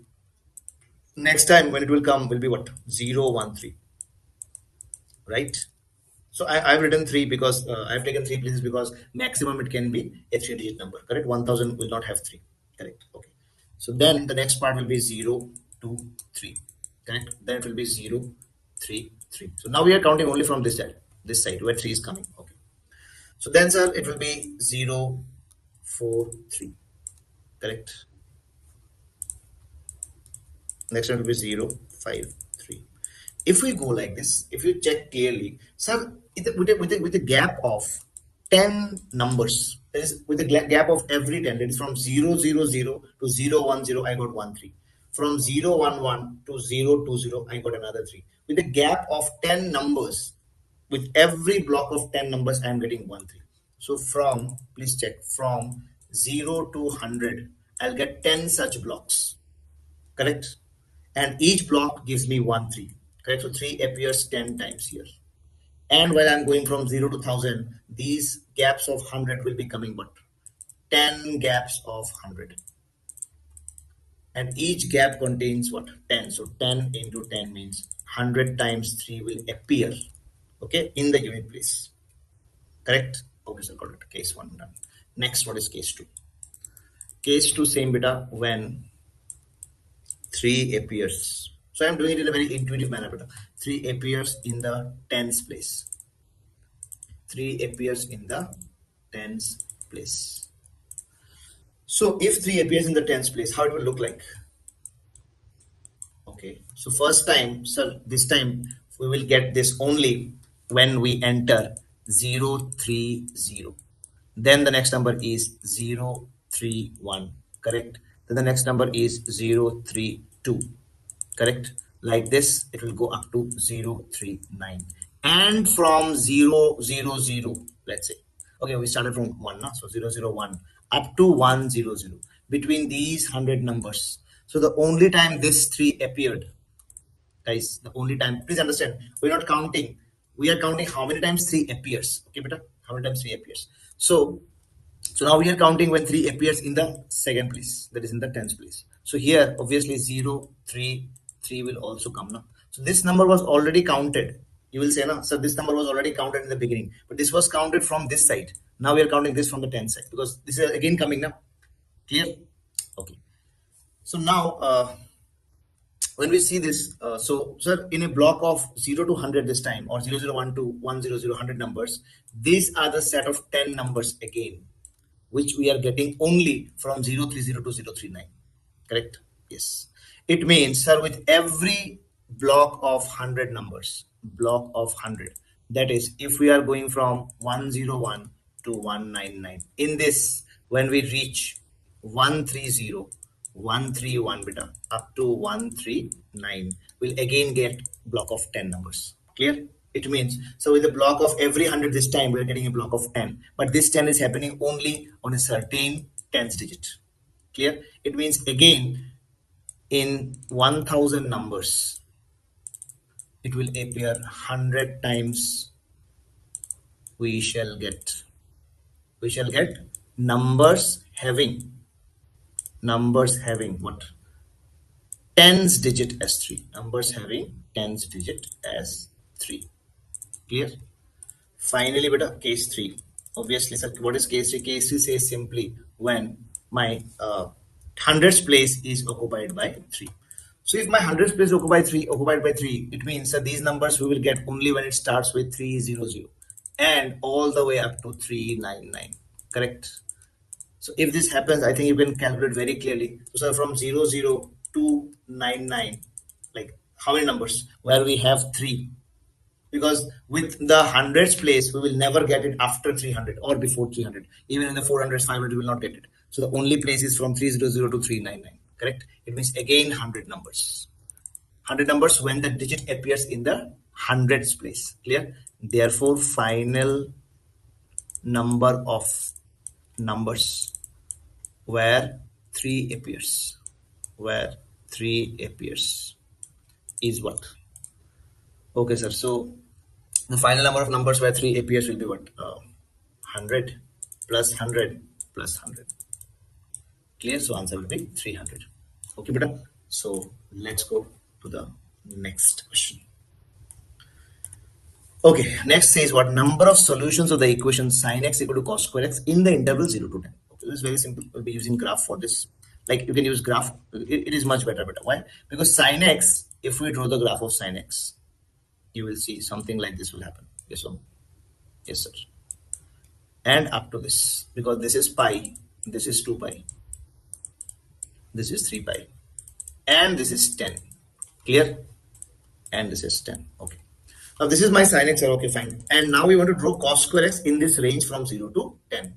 So now if you want to draw cos square x, guys, if you want to draw cos square x, I think you can see it will start from 1, sir. Correct? And cos x is positive from 0 to pi by 2.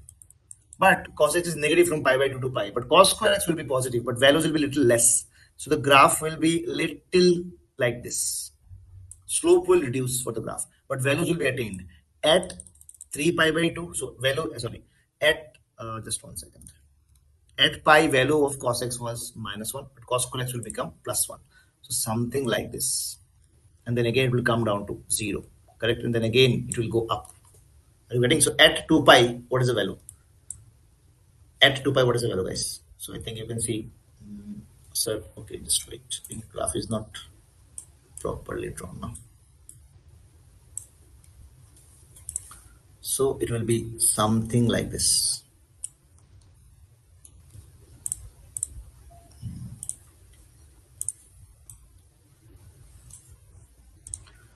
So at pi by 2, it will touch beta.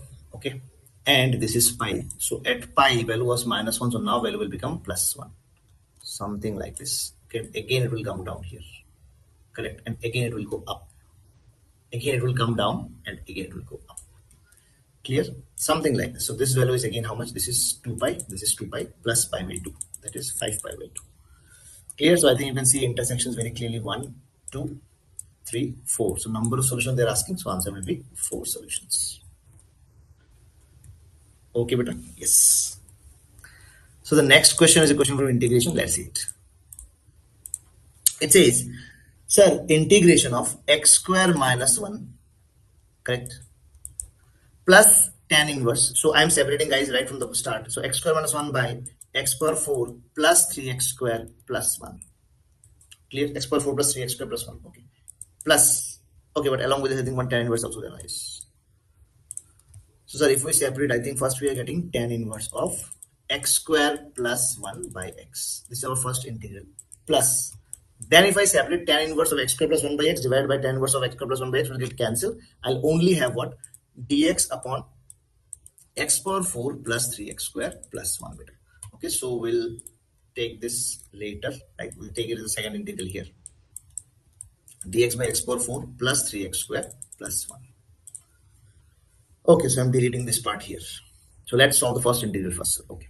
So guys, I think you can see very clearly. Sir, I think it is x power 4 plus 3x square plus 1, and this is tan inverse of x square plus 1 by x. So can we write this as, first of all, I'll divide x by x square. Why, sir? So that I can create something like this.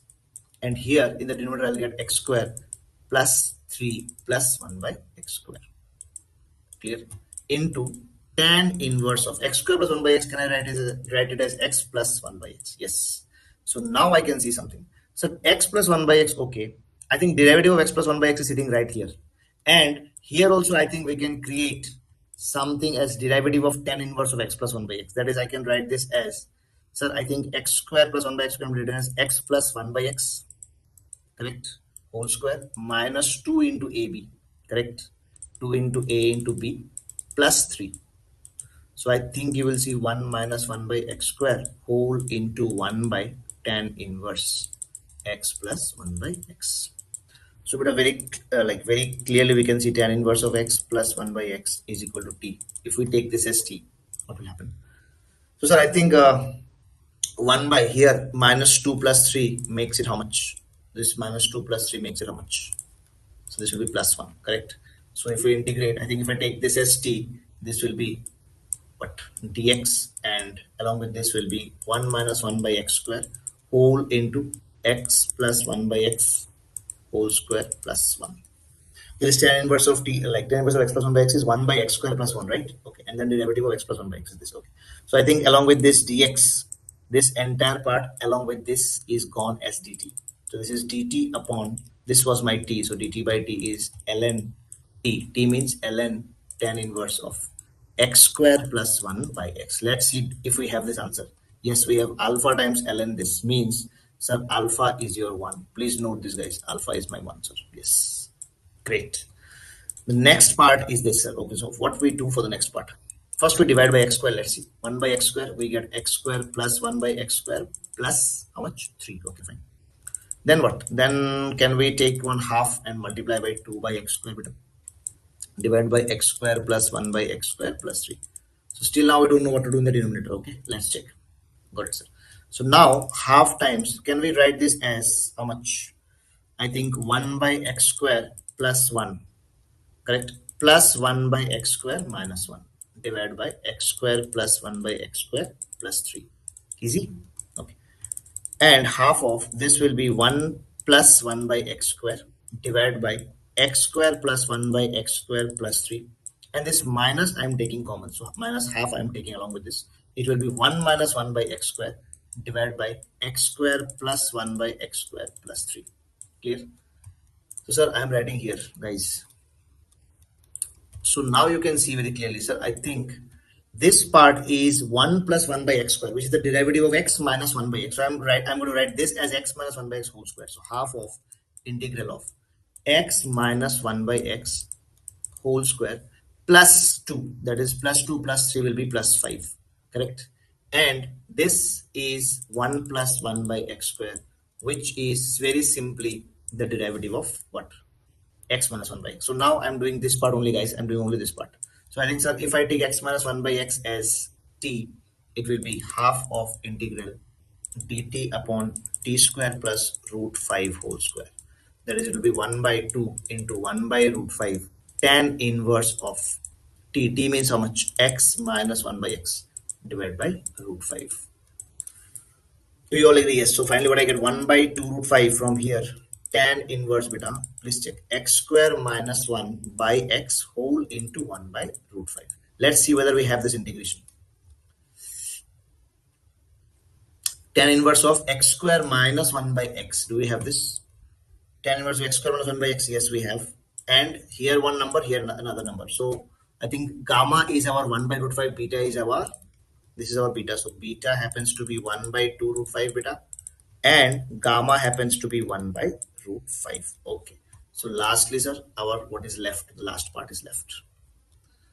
So very simple beta. So the last part will be what? So the last part will be, I think so, so this part, right? So this is how much? Do we have one minus in the question? Okay, we don't have minus. Okay, we'll see.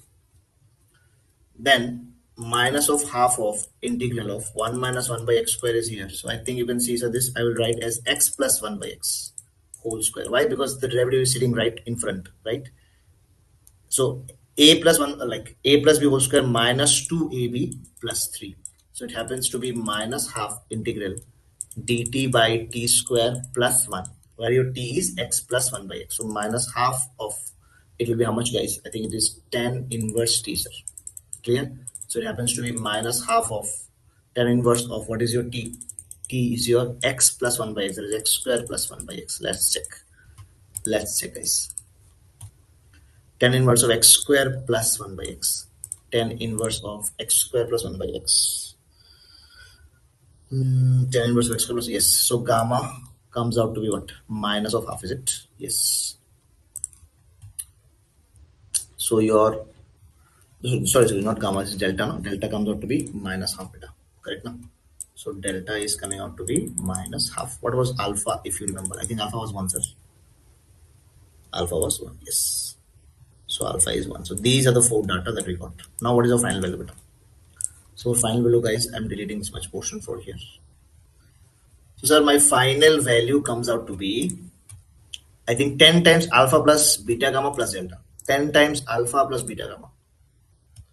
10 times alpha, alpha is how much? 1, plus beta into gamma. Beta into gamma means 1 by 2 root 5 into 1 by root 5. Plus delta. Plus delta means how much? Plus delta means minus half. Okay. So finally, we get 10 into 1 plus, so root 5 is 5, 5 to the 10 minus half. If you take LCM, guys, how much you get?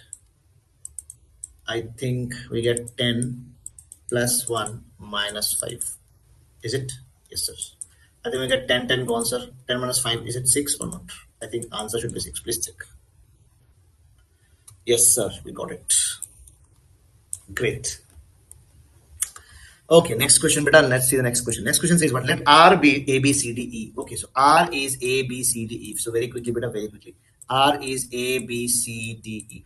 Okay, and S is your 1, 2, 3, 4. Okay, so 5 elements here, 4 elements on the second set. They are saying total number of onto functions from R to S such that f of A is not equal to 1, beta. Such that f of A is not equal to 1. If f of A is not equal to 1 means what?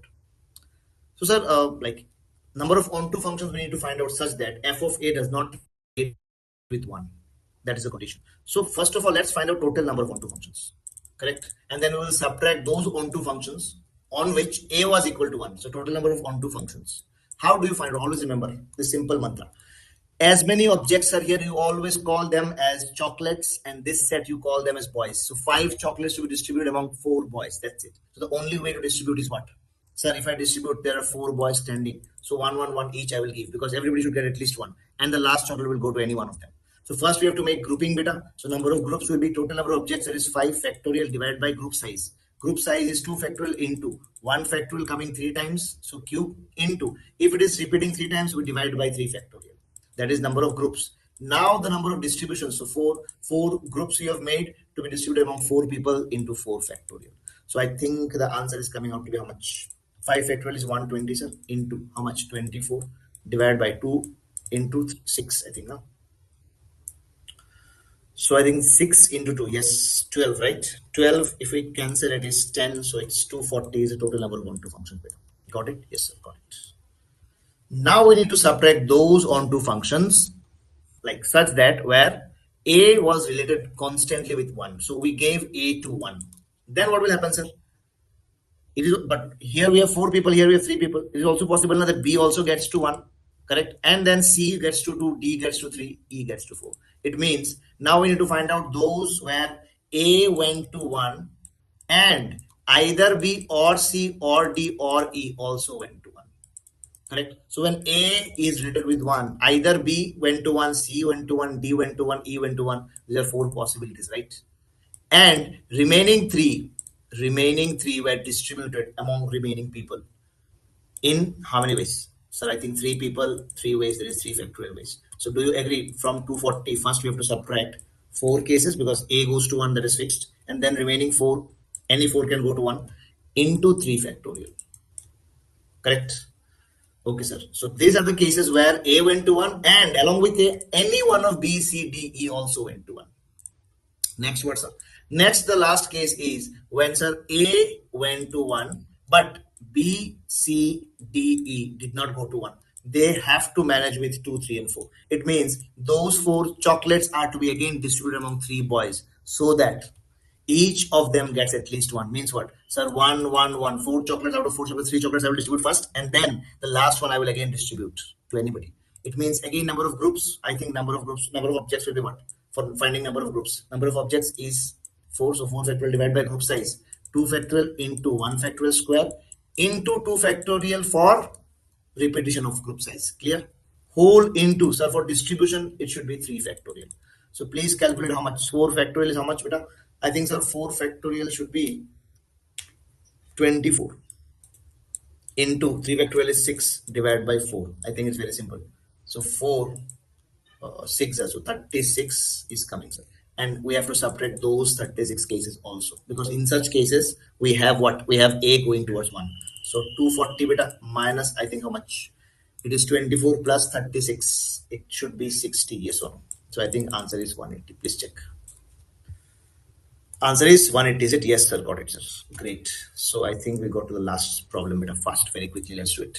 So, sir, x minus 1 by 2 equal to this. So they are saying 2 lines we have where they're intersecting, then the magnitude of the minimum value of 8 alpha beta. Okay, first let's write on the lines. X minus 1 by 2 equal to y minus 2 by 3 equal to z minus 3 by alpha. Correct? Okay. Then another says x minus 4 by 5, correct, equal to y minus 1 by 2 equal to z by beta.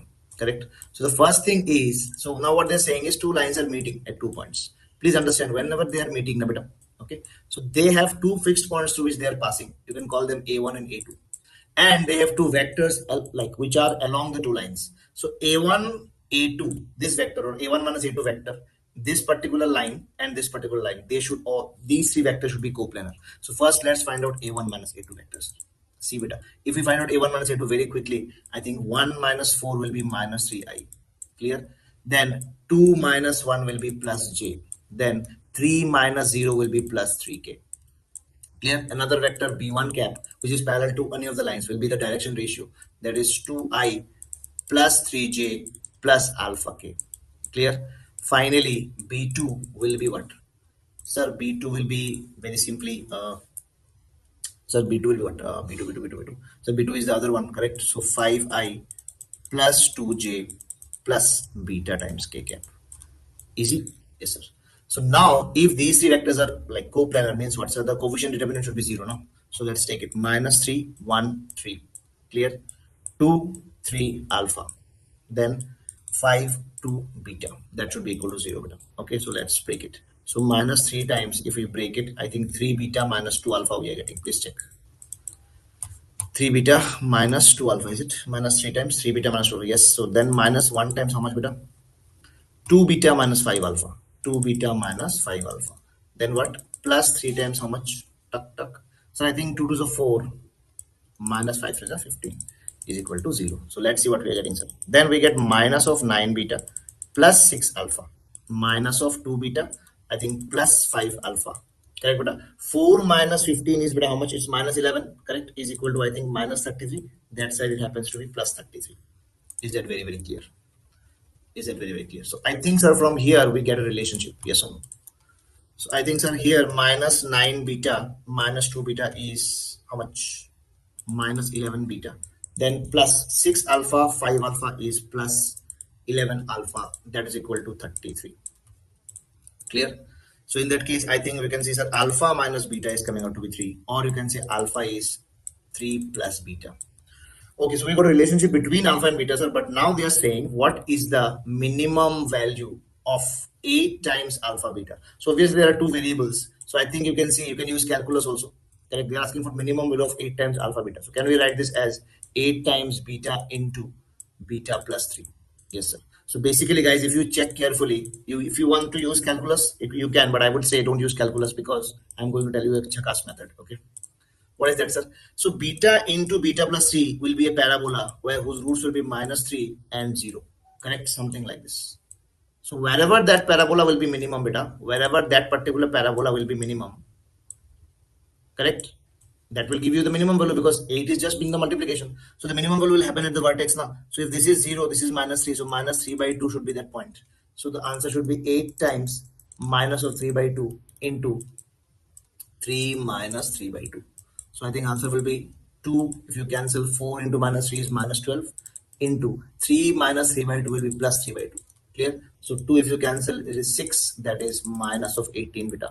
Hence, but they're asking for magnitude of the minimum value. Hence answer should be plus 18.